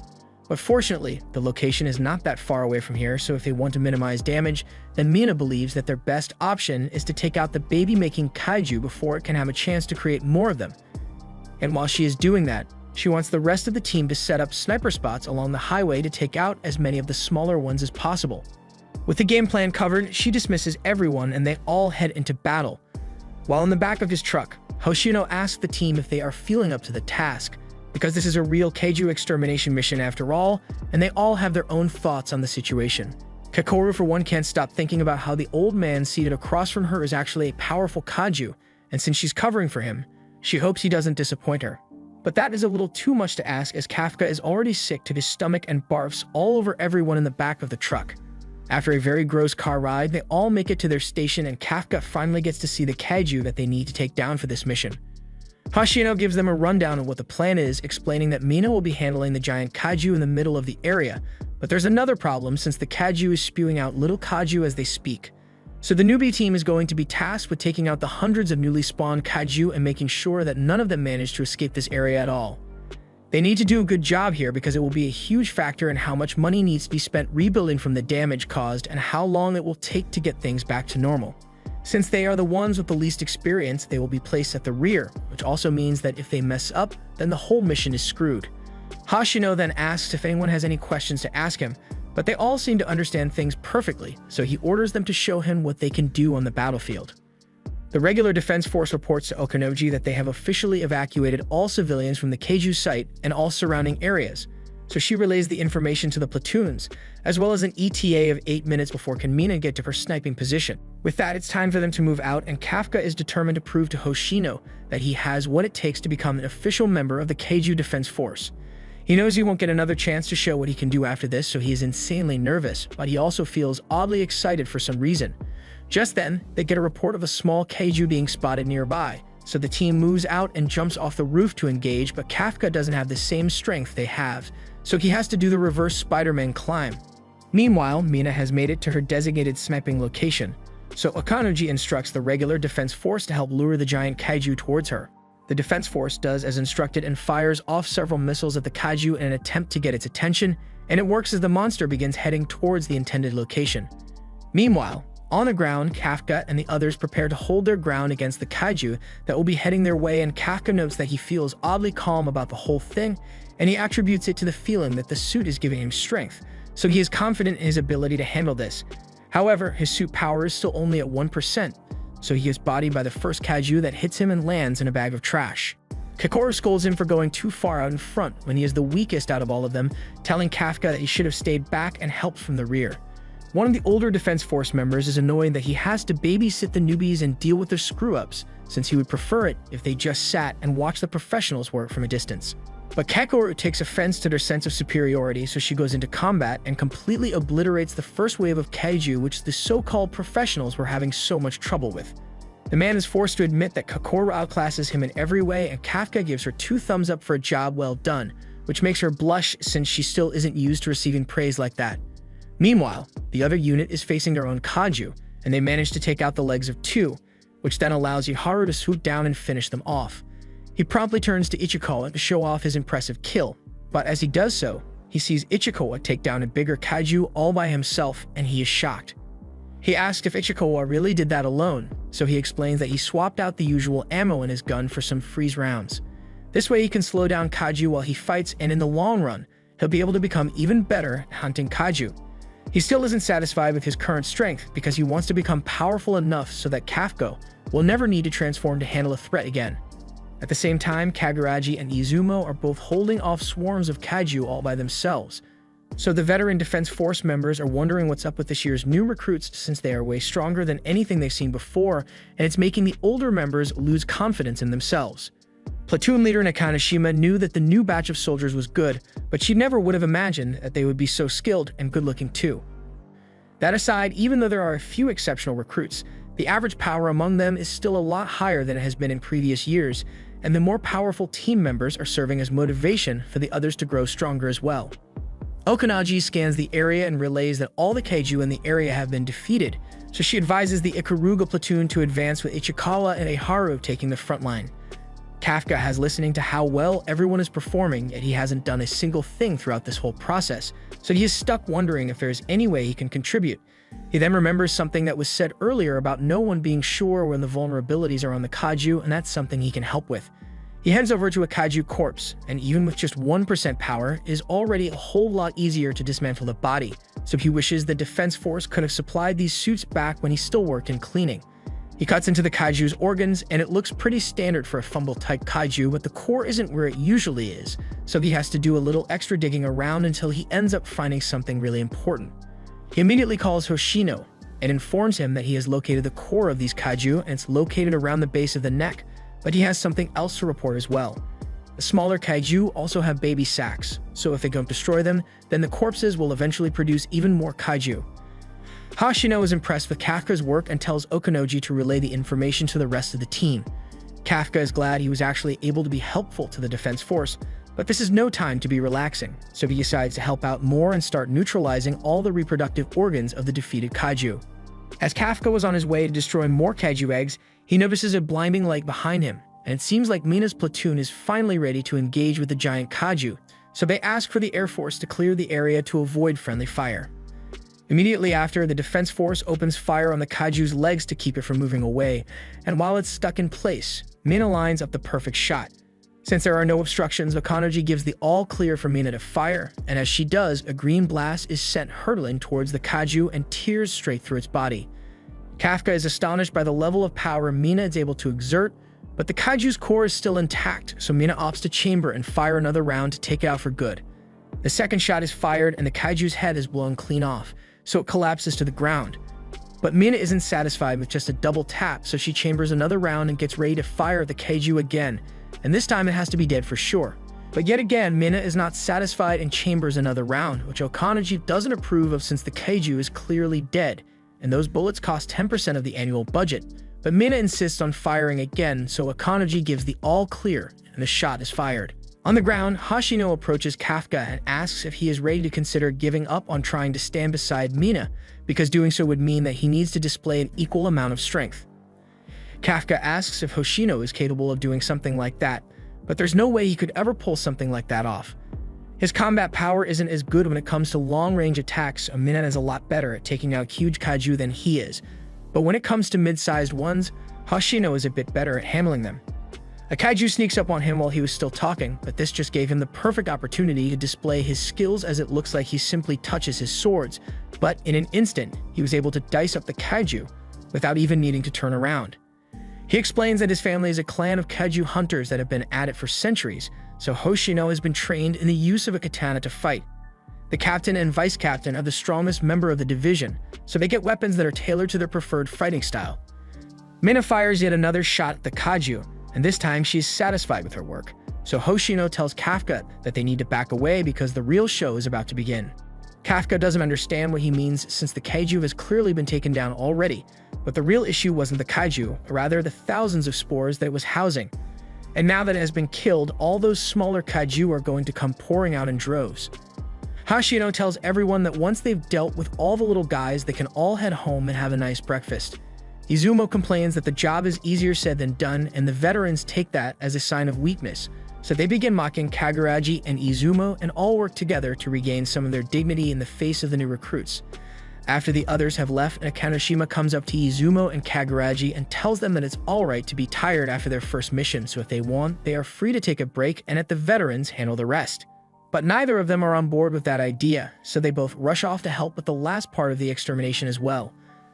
Akanoji is a bit concerned about the vitals of the new recruits since they are all exhausted and are barely holding out, but Hoshino already expected as much since this is a pretty big mission, but if they can manage to get through this challenge, then it'll take them to the next level. Most officers can only achieve a combat power of 20 or 30, but those who manage to break through and go higher are the ones who end up as captains. Right now, the only one on the team who is capable of this is Kikoru, but Hoshino has his eyes on Ichikawa, because he believes he will be able to achieve the same level of growth. Iharu is growing frustrated by how much Ichikawa is outpacing him despite all the time he spent in school specifically for this job, but his feelings will have to wait because they've taken out all the kaiju in this area and need to return to the rest of the group. As they are running though, they come across a person standing over a kaiju corpse. This person is talking about how he went through all the trouble of planting reproductive organs in the kaiju, yet the defense force still managed to stop it, and that's when they realize that this is not an ordinary person. The guy gets up and points his finger at Iharu, and it doesn't look good, so Ichikawa yells for Iharu to get out of the way, but he was too slow, so he ended up getting shot through the chest. Fortunately, he managed to avoid losing his heart to the attack, but the bleeding is still really bad for his health, so Ichikawa tries to calm him down so he can use his suit to stop the bleeding. By now, they've realized that this thing must be a kaiju as well, but there's only one humanoid kaiju other than Kafka, and that is Kaiju number 9. They both recognize it as the one that attacked during the exam, and this thing was able to defeat Kikoru really easily, so they need to be careful. Number 9 is talking about how disappointed he is with his failed implants, but he doesn't want to leave here empty-handed either, so he decides to at least take a live sample of a Defense Force officer. Ichikawa and Iharu are both spooked after hearing that, but they still need to keep their composure, so Ichikawa tries to call the platoon leader to inform her of the situation so they can get back up. However, the transmission fails because number 9 had enough time as a human to figure out how radio signals work, so he created a zone around this place where no signals can be sent or received. This way, he can stay hidden from the defense force since they won't be able to pick up his energy signature, and it has the added bonus of preventing any outgoing distress calls. He points his finger at Ichikawa, this time to attack him, and even though he knew what was coming, Ichikawa was still unable to completely dodge the finger bullets, so he gets incapacitated. Number 9 is a little confused since even though he did hit Ichikawa, he missed all the vital organs he was targeting, which leads him to realize that Ichikawa must be able to see the attacks coming somehow. Back when Kafka and Ichikawa met with Kikoru in the diner, she wanted to tell them about the encounter she had with number 9 in case they ever happened to run into it. The finger bullets he was using may look like magic at first, but if you pay close attention to his fingers, you'll be able to figure out when he's going to fire. And once Ichikawa gets the hang of it, he is finally able to dodge the bullets completely. Iharu is shocked that Ichikawa was actually able to dodge such a quick attack, And with the time he was able to buy, Ichikawa returns fire at number 9 so that Iharu can get away. Iharu doesn't like the idea of letting himself be protected by Ichikawa, but as things stand now, he's not going to be of much use in this fight as he nearly gets smacked again. After saving him, Ichikawa pleads once more for him to just go. And this time, Iharu understands how bad the situation really is, so he listens and starts hobbling away. Ichikawa may be brave for standing against number 9 by himself, but he knows Kikoru didn't stand a chance against this thing, so there's no way in hell he'll be able to win either. Yet, even with the odds stacked against him, Ichikawa wants to become an officer who is able to risk his life to save his friends like Kafka did for him, so he charges forward in an attempt to buy enough time for Iharu to make it out of here alive. While he is doing that, Iharu is retreating and coming to terms with the fact that Ichikawa is so much stronger than he is right now. He doesn't want to admit it, but he hit a wall in his training recently. Hashino told everyone that most officers plateau in strength once they achieve around 20 or 30% compatibility. However, he also mentioned that everyone has the potential to overcome this barrier as long as they put in the required effort. Iharu had been stuck at 20% for the past 2 weeks already, yet despite his motivation to keep growing stronger, he was still surpassed so easily by Ichikawa and he hates himself for it. Ichikawa is still doing his best to keep number 9 at bay, but 9 dodges all the shots and appears inches away from Ichikawa just to taunt him. Ichikawa may have some information about 9, but there's still a lot about him that he doesn't know, and 9 is going to take full advantage of that. As the new finger bullets are fired, a dust cloud is kicked up, and it would seem that Ichikawa has met his end, but fortunately, Iharu returned just in time to save him. He is done feeling sorry for himself and getting saved, so he makes up his mind that he is going to save Ichikawa this time. Although he has still got a hole in his chest, so he can't overdo it. Ichikawa doesn't understand why Iharu would come back here and put himself in harm's way, but if he hadn't done so, then Ichikawa would have been dead by now. Besides, number 9 mentions that his barrier prevents anything from leaving without his permission, so there's no way Iharu would have been able to get out of here in the first place. The only option they've got left is to stand together and try to take down number 9, although Iharu isn't going to be able to help out much with his current injury, so he says he'll do his best to create an opening for Ichikawa, and when he does, Ichikawa better hit 9 as hard as he can. They are both in agreement, so Ichikawa charges forward while Iharu gets down and provides cover fire for him. The bullets he fires are a special conductor variant, so they work well to restrain 9, but since 9 recognizes Iharu as an annoying problem to deal with, he targets him first. Iharu isn't able to get up to dodge, but with a little extra focus, he's able to tell when the attack is coming, so he has learned to dodge as well. While 9 is still confused about why his shot missed, Iharu managed to strike him in the leg with the conductor bullets, and that provides the perfect opening for Ichikawa to get into position and unleash his suit's maximum output. He then proceeds to unload his entire magazine into 9, but once the dust settles, he is horrified to discover that not a single one of the bullets actually managed to connect. 9 had built a wall of corpses to protect himself, and now that Ichikawa is out of bullets, there is nothing he can do to stop 9 from turning him into Swiss cheese with his finger bullets. Meanwhile, outside the barrier, Hashino has just been informed that communications with Iharu and Ichikawa have been lost, as well as all signals for their vital signs, so there may be cause to worry. Kafka heard the report, and coupled with the strange behavior of the Kaiju here, he and Kikoru realized that Kaiju number 9 must be here somewhere. After all the bullets Ichikawa got hit with, his entire body is burning with pain, but he is still trying his hardest to stay conscious and keep fighting. Number 9 is surprised that Ichikawa is still able to move after all the damage he has taken, but since he wants a living test subject, he doesn't want to kill him outright. He is about to try other ways to incapacitate Ichikawa, but Iharu refuses to let 9 do any more harm to his friend and fires several bullets at him. However, 9, now that he has seen the gun once, 9 can just deflect all the bullets easily, and after he takes out Iharu, he walks back over to Ichikawa to find out how much damage it takes to stop him from moving. Iharu hates seeing his friend get hurt in front of him, and he doesn't like to admit it, but Ichikawa is more talented than him, so as he reaches for his gun, he refuses to let him die here. However, he is out of ammo, so there really is nothing he can do to save Ichikawa. Iharu loses hope and accepts that he's going to die here, but he just wants Ichikawa to be saved somehow. 9 directs his attention to Iharu, and since he already managed to get Ichikawa to stop moving, he doesn't need Iharu alive anymore and points his finger to finish him off. But at the last second, Kafka appears behind him and cleanly punches 9's head off his body. Kafka then kneels down beside Ichikawa and apologizes to him for being late, but Ichikawa just blames himself for being so weak in the first place. He really wanted to handle this on his own so that Kafka wouldn't be forced to transform, but things didn't turn out the way he wanted. Iharu has already begun to panic since from his perspective, a second powerful Kaiju just showed up, but he still can't do anything about it.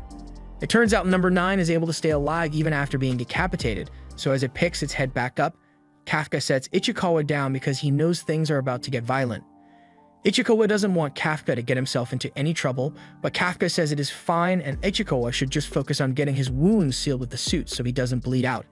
And while he's doing that, Kafka is going to deal with 9.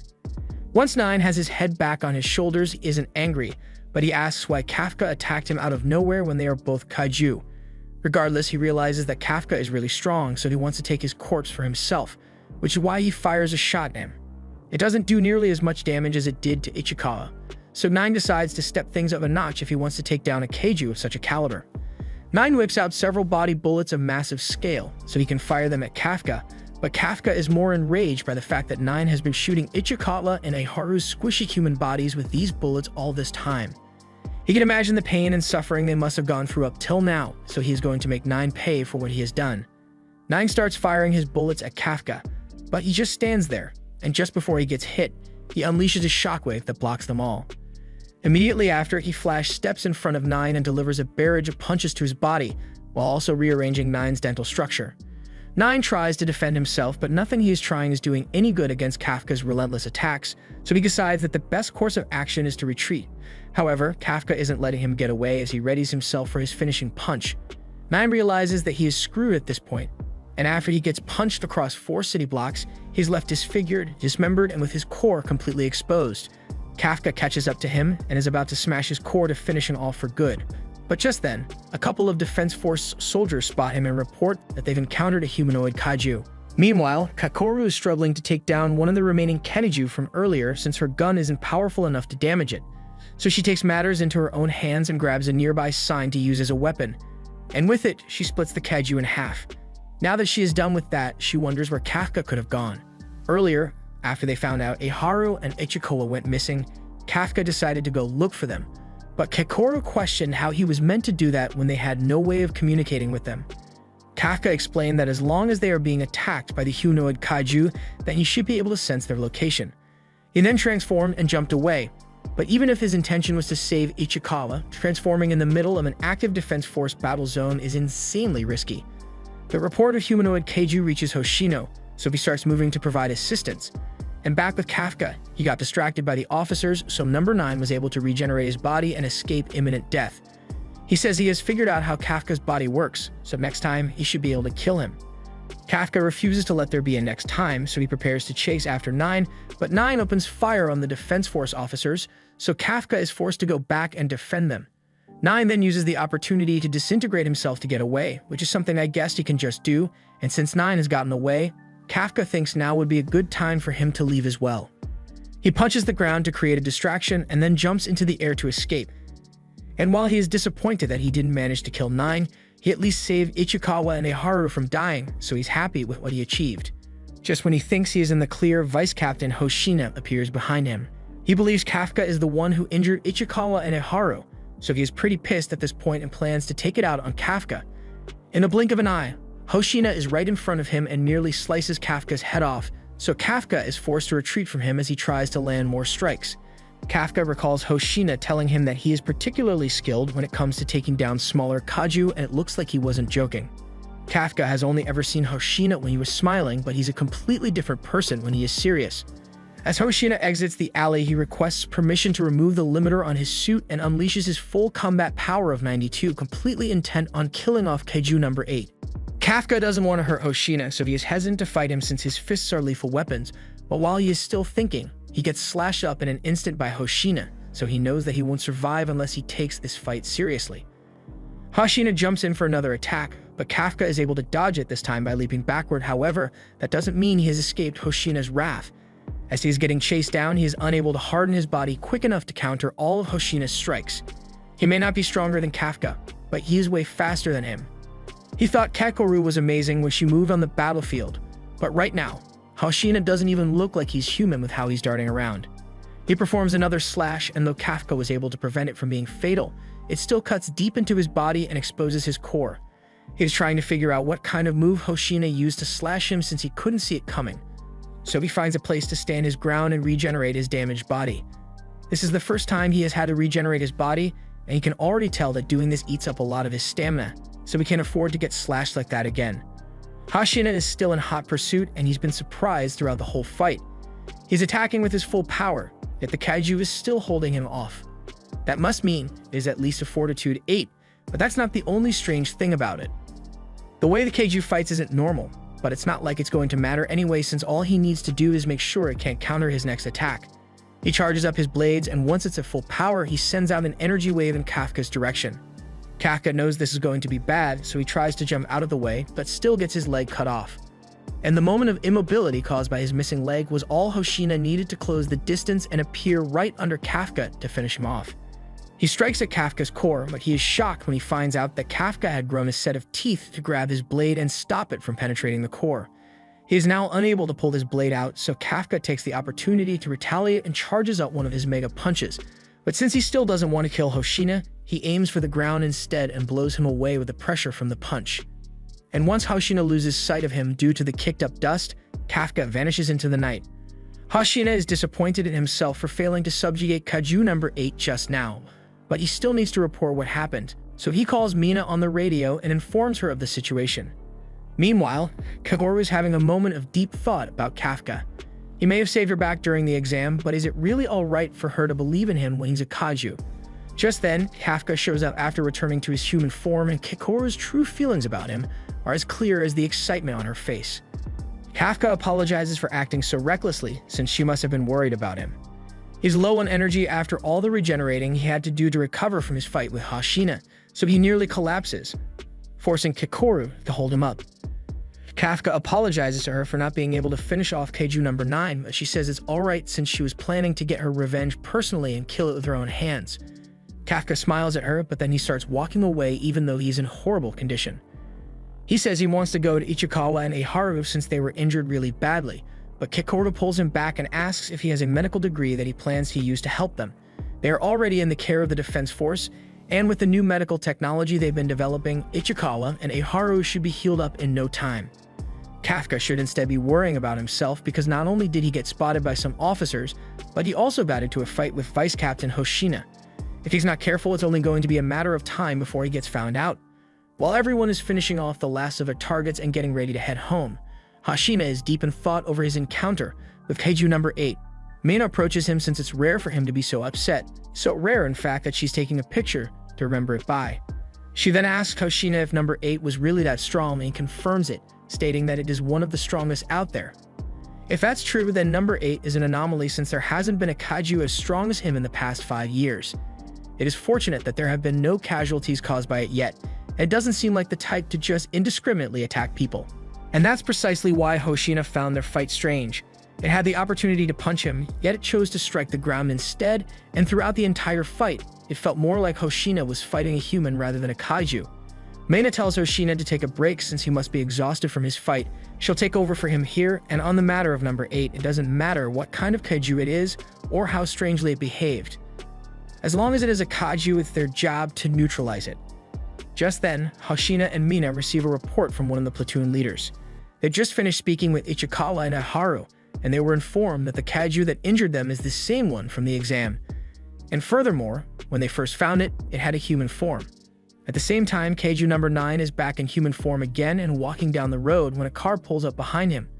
The man in the car is just on his way home from work, so he wants the guy standing in the middle of the street to get out of the way.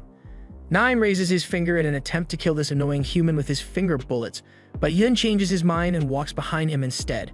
The man from the car is getting freaked out at this point, and things don't get better for him as by the time he turns around, he sees 9 transform to make his head huge, and then the man gets eaten whole. A while later, 9 is transformed into the man and is currently driving away while listening to the news. And the next thing on his agenda is to find a way to kill Kafka. Back at the hospital, Ichikawa has just woken up and is greeted by Kafka and Kakoru, who have been sitting at his bedside. They are glad to see Ichikawa is alright, and Ichikawa thanks Kafka for saving him back there, but from the reaction Kafka and Kakoru give him, he probably shouldn't have said that.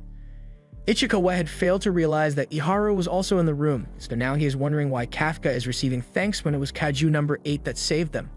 Kakoru thinks quickly and passes it off as Ichikawa thanking Kafka for identifying the spores on the mushroom Kaiju, since that was a huge help in the battle, and it makes enough sense, so Iharu accepts it. Although he is still curious to find out why a Kaiju would save humans in the first place. It was able to completely obliterate No.9 in a matter of seconds, so even for a Kaiju, Iharu thinks it was pretty cool. Although he doesn't understand why Kafka is blushing after hearing him say that. Once Ichikawa and Iharu finally get discharged from the hospital, they are shocked when they find out that the whole team organized a surprise party. The party is to celebrate everyone's first successful mission, so they all waited for the two of them to return so they could be a part of it. And since everyone is present now, Kafka calls for the party to start. But he wasn't expecting what happened next. They are presented with the finest A6 Wagyu beef in the world, and it's because the chef would serve no less to someone like Izumo. Izumo complains because he remembers asking the chef not to go overboard, but the chef assured him that he won't be charged extra for this. This whole situation has Kafka wondering who Izumo is, and Kakoru is frankly shocked that Kafka never bothered Googling him. He is literally the heir to Izumo Technologies, the largest anti-kaiju weapons manufacturers in the country, and the ones who made the suits all the Defense Force soldiers wear, so he's probably the richest person in Japan right now. Hashina addresses everyone at the party and tells them that it is rare to get days off like this, so they should all make sure to enjoy themselves as much as possible. The party begins and it's going great, so Ichikawa thanks Hoshina for being kind enough to let them do this, but Hashina didn't set the party up just out of kindness. He has something else that he is waiting to see, and soon enough, the show begins as people start arguing. Kakoru calls Iharu out for being too focused on showing off to Ichikawa, but Iharu doesn't want to hear it from her since she does nothing but show off during battles. And it's not just them either, as everywhere Ichikawa looks, people have started arguing about little things that happened over the course of the mission, but it's not necessarily a bad thing. They're all just communicating and trying to figure out what they can improve on so they can do better next time. But that also doesn't mean there aren't going to be regular old arguments too. Meanwhile, out in the hallway, Izumo is talking with the chef, and Dojima expresses how happy he was when Izumo reached out to him. He thought he would never see him again after what happened last time. He asks Izumo about his father, and not much has changed regarding their relationship since Izumo still refuses to speak to his father after a prior incident they had. Just then, Kaguraji happened to show up, but he clearly overheard everything. He can tell that it's a private matter, so he just keeps walking to the bathroom. Back inside, Hashina has finally calmed things down and tells everyone that he has an announcement to make. He calls Kafka and tells him that he is being recognized for the help he provided during the last mission. His info on the spores saved a lot of lives, so he has officially been promoted to a full member of the Defense Force. Everyone celebrates Kafka's achievements, and the next day, Kafka is officially inducted by Mina. He is happy, but he also wants to be careful not to speak out of turn like last time, so he awkwardly excuses himself. But as he is leaving, Mina reminds him that he still has a long way to go before he could ever stand by her side, showing that she still remembers the promise she made with Kafka. He excitedly responds that he won't let her down, that counts as speaking out of turn, so she gives him 50 push-ups. She still has a meeting to attend regarding the appearance of Kaiju number 8 and 9, so Kafka will have to ask Hoshina about the paperwork for his new officer status. She also tells him that Hoshina was the one who recommended him for the promotion, so he had better live up to his expectations. Late into the night, Kafka is up late, studying as usual, but since he has been up for a long time now, he decides to call it a night before he gets scolded by Hoshina for neglecting his sleep. But as he exits the room, he notices that the lights are still on in the training room, so he goes to check it out. And that's when he spots Hoshina in the middle of his training routine.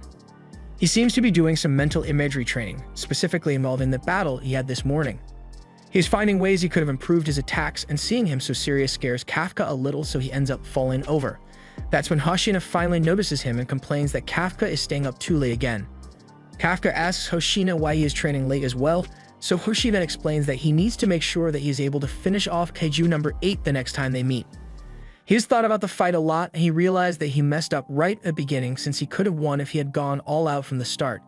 No normal officer would be able to handle a monster as strong as 8 or 9, so Hoshina needs to make sure that he is strong enough to do it instead.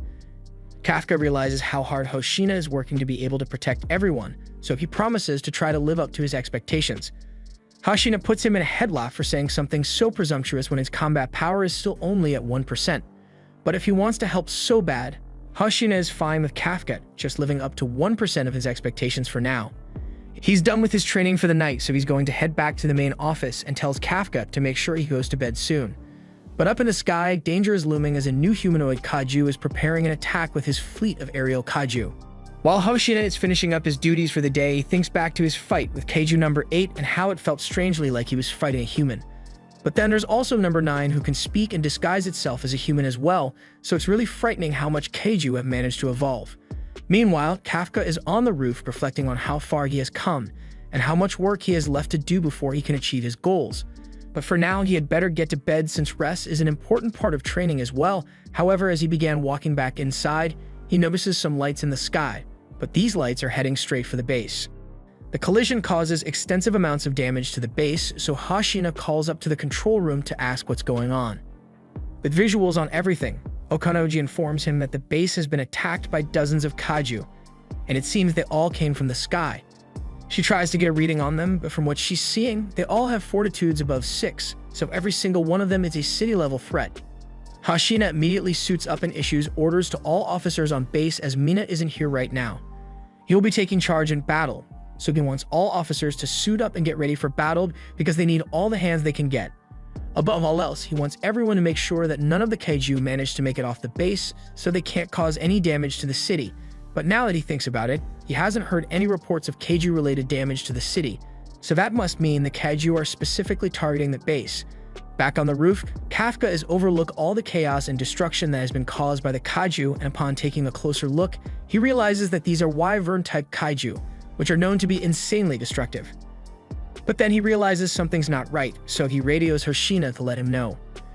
As Hoshina is heading out with the mobilized soldiers, he receives Kafka's call and is informed that Wyvern-type Kaiju are solitary monsters, so they usually only attack alone. However, for dozens of them to appear at once like this, then that must mean that they have a leader that is powerful enough to force the Wyverns to obey and intelligent enough to carry out a targeted bombardment on the base. Just then, Hoshina spots the leader in question, so he hangs up on Kafka and turns to face it. The red Kaiju asks who the strongest person here is, and since Mina isn't here right now, that title goes to Hoshina, so the Kaiju declares that it will make Hoshina its prey. From the readings the red Kaiju is giving off, Okanoji determines that its fortitude is 8.3, so it's a monster on par with 8 or 9. With this information, Hoshina calls the platoon leaders and tells them to handle the other Kaiju for now. But while he was talking, Red raised his hand and flicked his finger at Hoshina, sending a massive blast of pressure in his direction. However, Hoshina was able to dodge it, so Red is pleased as he now has confirmed that Hoshina is a worthy opponent. He then tries to punch Hoshina into the ground, but Hoshina is able to dodge it once more. He's the only one strong enough to handle this thing, so he's going to have his hands full for a while.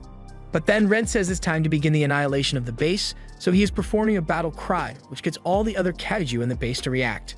Meanwhile, the other officers try to handle the weaker Kaiju, but they are unable to do any real damage to it. And the Wyvern's blasts are devastatingly powerful, so they have no other choice but to retreat. The leader orders the gunners to switch to oscillatory rounds to attack the Wyverns from a distance, but before they begin firing, they hear a voice over the comms, and it's Kafka, who is telling them not to attack it from the front. He recognizes these types, so he knows that they have weak spots on their backs. Their fronts are easier to hit when they are in flight, which is why they have such thick frontal skin, but their cores are located somewhere around their backs, which have really thin skin, so it's the perfect spot to target. The information Kafka provided is much appreciated, so the leader forms a new strategy and splits his team into 2 groups, one to distract the Wyvern and another to aim for the back. With the new strategy, Kaguraji and Izumo team up to take one down, so while Kaguraji fires from the front to draw its attention, Izumo sneaks up behind the Wyvern and gets ready to fire. However, another Wyvern appears out of nowhere and ruins Izumo's shot. This is the first time he has seen Kaiju actually working together, so they won't be able to get a clear shot from the back as easily. If they can't attack from the back, they don't have many other options available to them, but Kikoru says she has an idea. They then see Kikoru dashing straight towards Ona the Kaiju, and even if it's harder to attack from the front due to the thick skin, it doesn't mean it's invincible, so with enough force, Kikoru is still able to smash straight through with her new battle axe. A while back, Kikoru met up with Mina and Hoshina because they wanted to give her a custom weapon.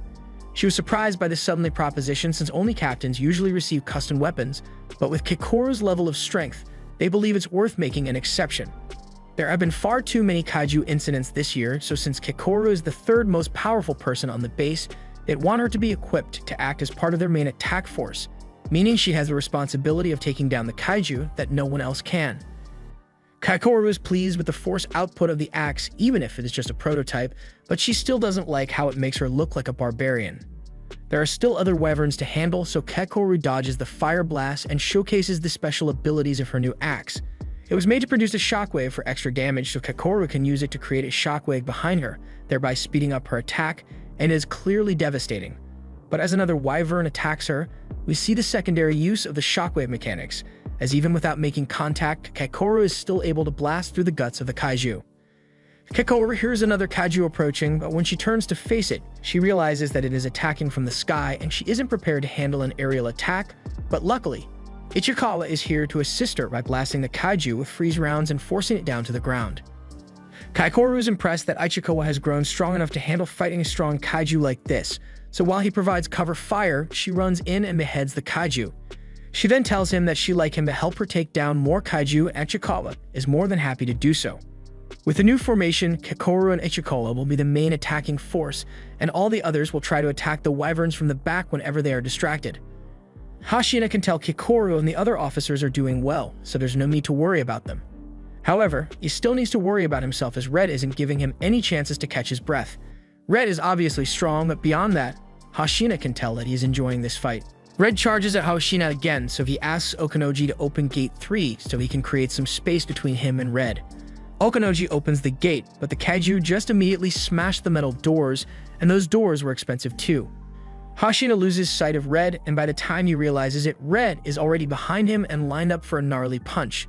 Hashina is sent flying into a building, but Red is left astonished at just how strong Hashina really is since in the moment of impact for the punch. Hashina was able to block to minimize the damage and even sliced off Red's arm. And as he emerges from the rubble, he declares that he'll be going all out now since he has managed to lure Red far enough away that he doesn't have to worry about hurting the other officers in the process. At the same time, one of the other officers has been backed into a corner by a wyvern, and the only one close enough to save her is Kafka, but at the speed he is going, he won't be able to make it there in time. He decides to partially transform so he can move faster, and with the added speed, he is able to make it to Minase in time to save her from a fiery death. She is thankful to Kafka, but it's also strange that he was able to move like that when he still couldn't do that earlier today. While Kafka is distracted, the wyvern begins charging up another blast, but before it can fire, Kaikoru smashes it away. She and Ichikawa will distract the kaiju. So while they do that, she wants Kafka to get the injured to safety. Before heading off to help Kaikoru, Ichikawa reminds Kafka that he should try as much as possible not to transform here as they have this situation under control. Kafka is amazed at the level of teamwork everyone is displaying, and backup soon arrives as the squads that were away from the base at the time of the attack have all returned. With all the additional forces, they have started pushing the kaiju back even without Mina here, and since everyone is working so hard, Kafka intends to do his part and heads off with Mina instead to help the injured get to safety. It's not just Ichikawa and Kaikoru, everyone is performing amazingly, so Kafka is proud to call himself a part of this division. Meanwhile, Hoshina is about to begin his all-out fight against Red, so as both of them run at each other, Hoshina is able to get the first hit on Red by slashing him. Red realizes that Hoshina is slicing through the gaps in his exoskeleton, so he thinks the fight isn't going to be fun anymore. Now that he knows exactly where Hoshina will be aiming, he should be able to easily defend against it. However, as he closes the gaps in his armor and tries to attack Hoshina, he gets slashed regardless. And as Red tries to attack one more time, he gets his second arm sliced off and the rest of his body dissected. He now realizes that Hoshina aiming for the gaps in his armor was just a diversion to make him believe he couldn't attack any other way, and that just makes him more excited to face him in this fight. He begins to regenerate his severed head and limbs, and once he has recovered, he talks about how he has been waiting for the chance where he finally get to face an opponent that rivals him in strength, and Hoshina is exactly what he has been waiting for. He throws several attacks at Hoshina, but on the last one, Hoshina counters by slicing his arm to pieces. He also exposed Red's core in the process, so he now knows exactly where he needs to target to defeat him. He gets the drop on Red and unleashes an 8-fold slash on him, which perfectly divided its body. But while everyone in the control room begins celebrating Hoshina's victory, Hoshina tells them that it isn't over yet. On the other side of the base, Kafka gets a headache from his Kaiju detection ability, so he knows something must be wrong, and back with Hoshina, Ret has begun to transform into a way bigger version of himself. He spits out ultra-high temperature steam, and his fortitude begins to rise until he reaches a fortitude of 9 and is more fierce than ever. With Red's new massive size, Hoshina is going to be put at a huge disadvantage since he's out of his element now. Red's transformation also resonates with Kafka, and knowing something must be going wrong, Kafka starts running towards Hoshina and Red's fight. Red attempts to squish Hoshina, but he dodges out of the way and runs along his arm in order to slash as many times as possible. And while Hoshina may be trying his best to keep fighting, his blades aren't able to cut all the way through due to the size difference. This is why he always hates having to fight massive Kaiju. But now that he finds himself in this situation, he just needs to use his speed advantage to avoid getting hit and stroke at Red's core when the opportunity presents itself. However, he suddenly feels a sharp pain in his body as a result of him overexerting himself in this battle. It has been 10 minutes since Hoshina started using maximum output, so Okanoji urges him to shut it down quickly before he damages his body too much.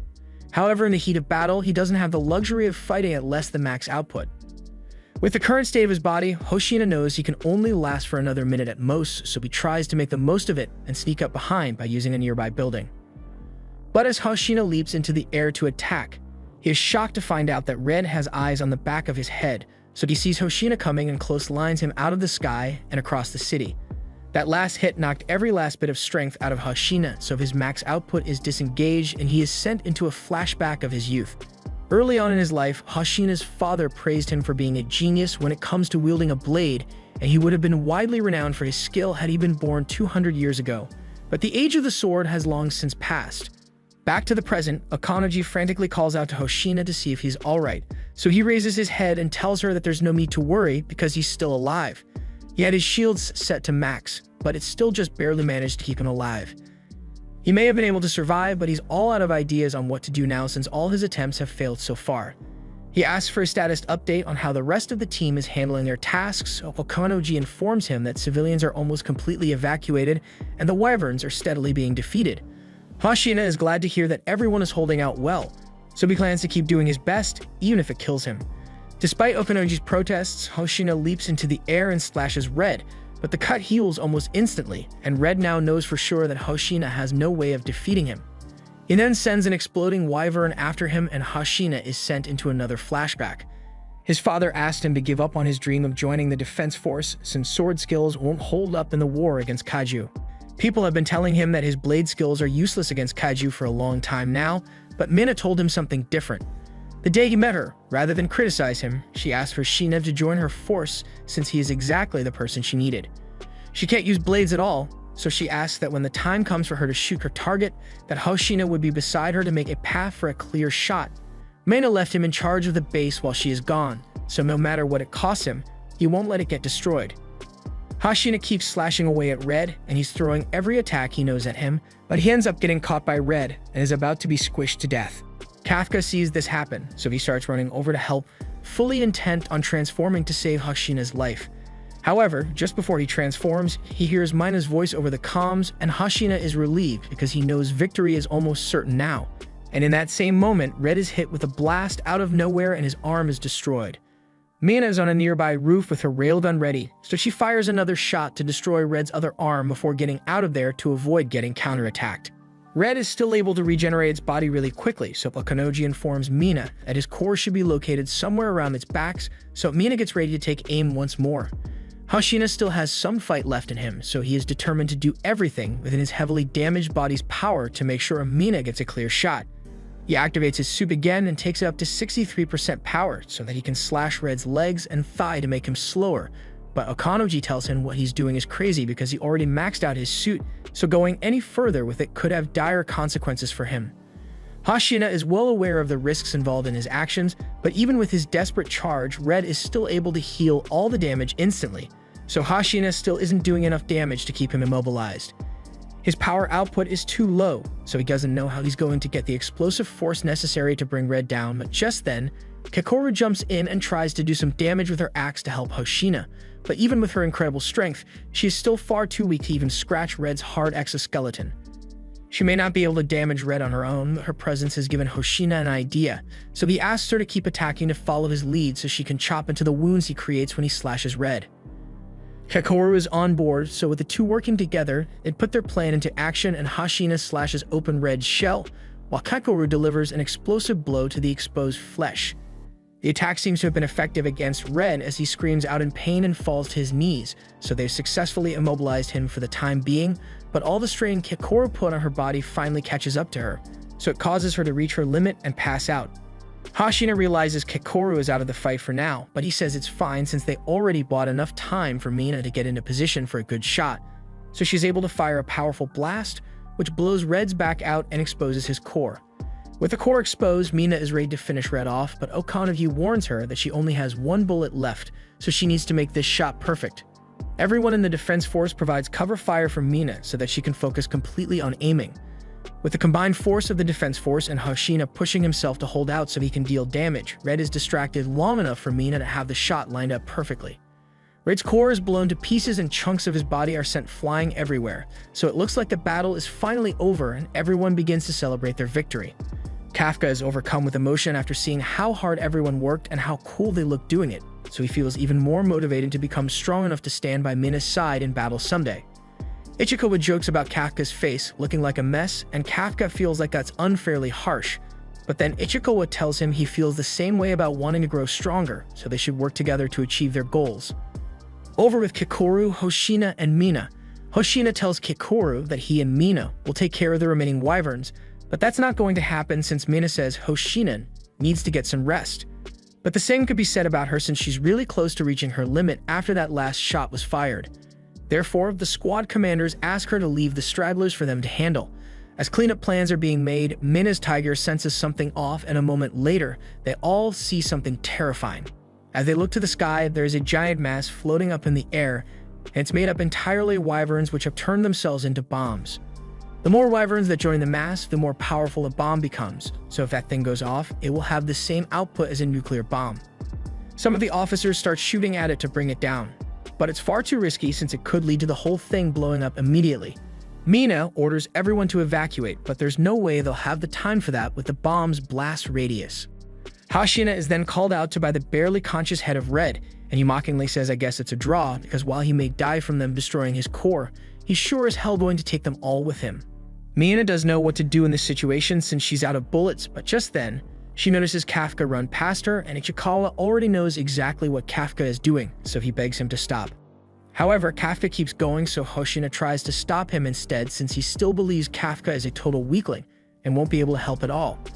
However, when he chases after him, he realizes Kafka is moving like a freaking track star, and there's no way he should be capable of doing that with the 1% suit power that he's able to use. Kafka begins to transform as he runs, and once he is fully turned, everyone is completely shocked.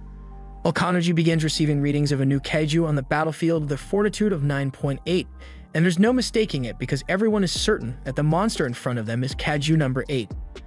Hoshina had thought something was off about Kafka from the first day he saw him, but he ended up liking him so much that he just never even considered the possibility that he may have been 8. Kafka internally apologizes to Hoshina for deceiving him all this time and betraying his expectations. He apologizes to Kikoru for blowing his own cover even after he made her promise to keep it a secret. He also apologizes to Ichikawa for doing this despite all the risks involved, but there's no other choice if he wants to save everyone. They all risked their lives and fought valiantly in the fight today, so he can't be the only one to put his safety above the lives of everyone else. He then activated his booster jets, which I guess he just figured out that he has, and with them, he flies into the air and straight at the Kaiju nuke before punching it so hard that it is sent into orbit. Kafka then falls back to the ground, and Mina orders everyone to set their shields to maximum power before the bomb explodes. As the explosion occurs, the damage is greatly reduced due to Kafka sending it so high into the air, but its effects are still devastating, so Kafka uses his energy to shield the officers. Once things calm down, he accepts the fact that there's going to be a lot of trouble for him now that his secret is out, and in the next moment he is held at gunpoint by Mina, who says she is taking him into custody. After Kafka is captured, a board meeting is held to discuss what they'll do next. None of them could have anticipated that a Kaiju would be hidden among their ranks, much less one as strong as Kafka, so the deputy director believes they need to deal with him immediately. But under no circumstances can they let the media know about Kafka since it would cause widespread panic. There are also rumors that a different country is experimenting with Kaiju to human muscle transplants, and they would definitely attempt to steal Kafka for themselves if they knew. Another board member suggests that they just kill Kafka in secret and turn his corpse into a weapon. But if that's the idea, then a suggestion is brought up to have Kafka serve as a living Kaiju weapon. They are having trouble deciding what to do with Kafka, so the Director General Izo Shinomiya says he will decide once he gets to meet Kafka himself. Meanwhile, in the cell Kafka is being held in, He's just sitting peacefully, so his guards are having trouble believing that a guy like him is really a kaiju. It's been a full day since Kafka was captured, so he is wondering what they'll do to him. He remembers Kikoru talking about how the Defense Force turns all-powerful kaiju that they get on immensely powerful weapons called numbers, so considering Kafka's strength, it is likely that he will be turned into a weapon now that he has been caught. It's frustrating to lose his life in such a way after he had finally gotten close to Mina again, and he's sure she is mad at him. Just then, Mina walks in to transport Kafka to headquarters, but when Kafka tries to talk, Hashina tells him to stay quiet. As he is being led away, he can understand why both of them would be angry with the secret he kept, and as he gets outside, he sees all the 3rd Division members line up as security. None of them say a word to him, and he can't bring himself to look at them either since he feels like he has betrayed them. But just before it gets sealed in the back of the truck, Ichikawa speaks up and tells Kafka that he still has faith in him. Kafka is surprised since he was sure Ichikawa would never speak to him again. But as the light turns on, Mina tells him that there are no cameras in here so she can talk to him for real. She was definitely surprised when she saw Kafka turn into a kaiju. She also knows that the way he ran out into danger to save them all is exactly how Kafka would act, so she still trusts him.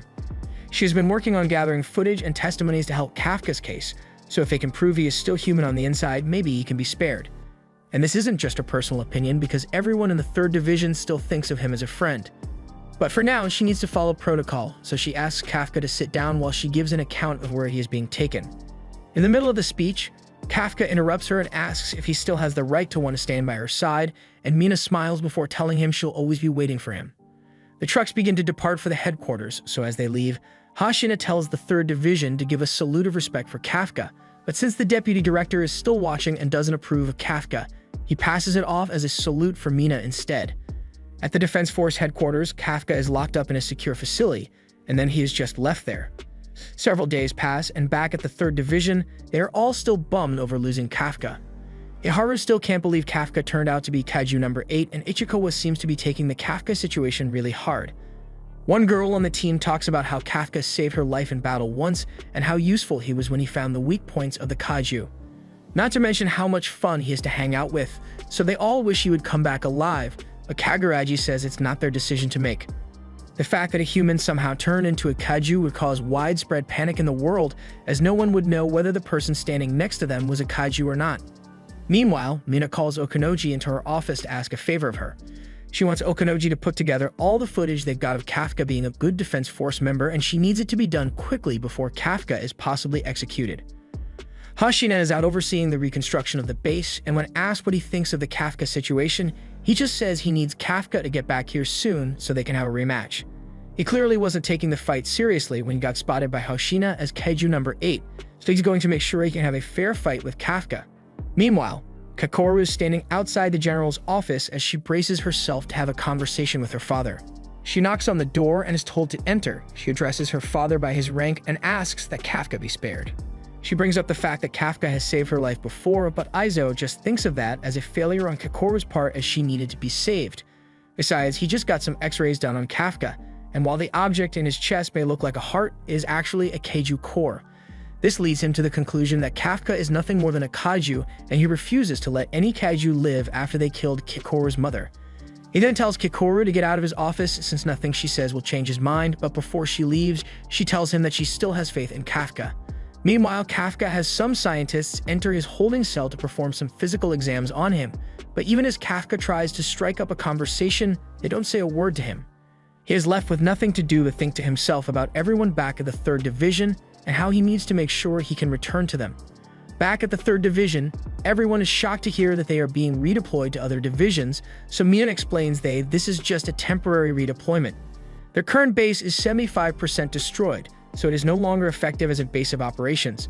Plus, with all the new Kaiju emerging, including No. 9 and Red, who is now designated as No. 10, HQ is concerned that the Kaijus might be planning something big, and they need to be ready for it. They'll be taking the most talented rookies and spreading them out across multiple divisions.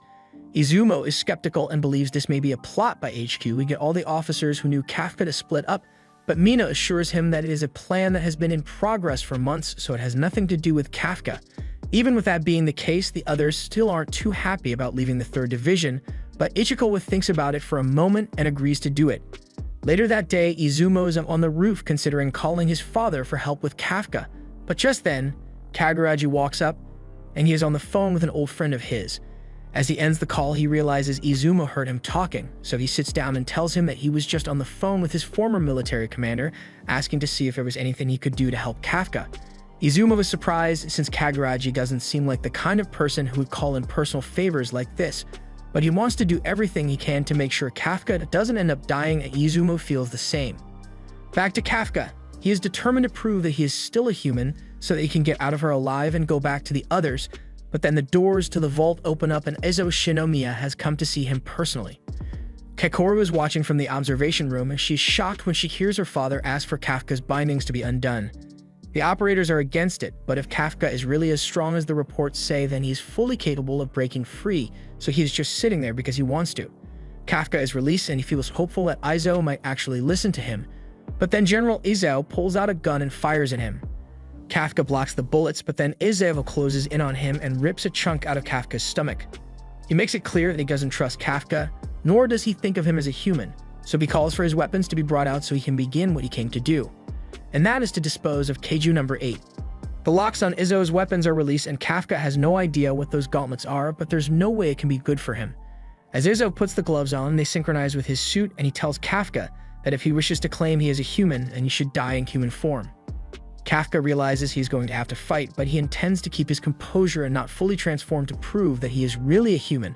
But in the next second, he feels a terrifying amount of pressure and has to dodge by jumping into the air. However, he still lost an arm to Izo in the process. And Izo isn't done either as he sets his sights on Kafka once more and shoots him out of the air. In the observation room, the other generals compliment Izo for still being incredibly strong at his age, but it's no surprise either since Izo was once known as the strongest soldier the Defense Force has ever had. After Kafka crashes back to the ground, we see that he was forced to transform more of his body to survive the impact of Izo's weapon, but he gets no time to rest as Izo is right on top of him once more, so Kafka runs away quickly. His game plan is to keep running while he dodges Izo's attack since his suit has to overheat at some point, but Izo eventually catches up to him, and with one punch he blows Kafka's arm clean off his body. Kafka regenerates his arm, but Izo keeps piling on the pressure, so he closes the distance once more and punches Kafka straight into the wall. Kafka was knocked out for a second, but he regains consciousness just in time to evade Izo's follow-up attack, and he's wondering why his Kaiju senses are going off. It's the same feeling he had back when he fought 9, so he realizes Izo must be using weapons made from a powerful Kaiju. The weapons Izo uses are made from the remains of Kaiju No.2, which was taken down after it nearly destroyed Sapporo in 1972. It possessed incredible destructive power and pride to not give up until the moment it died.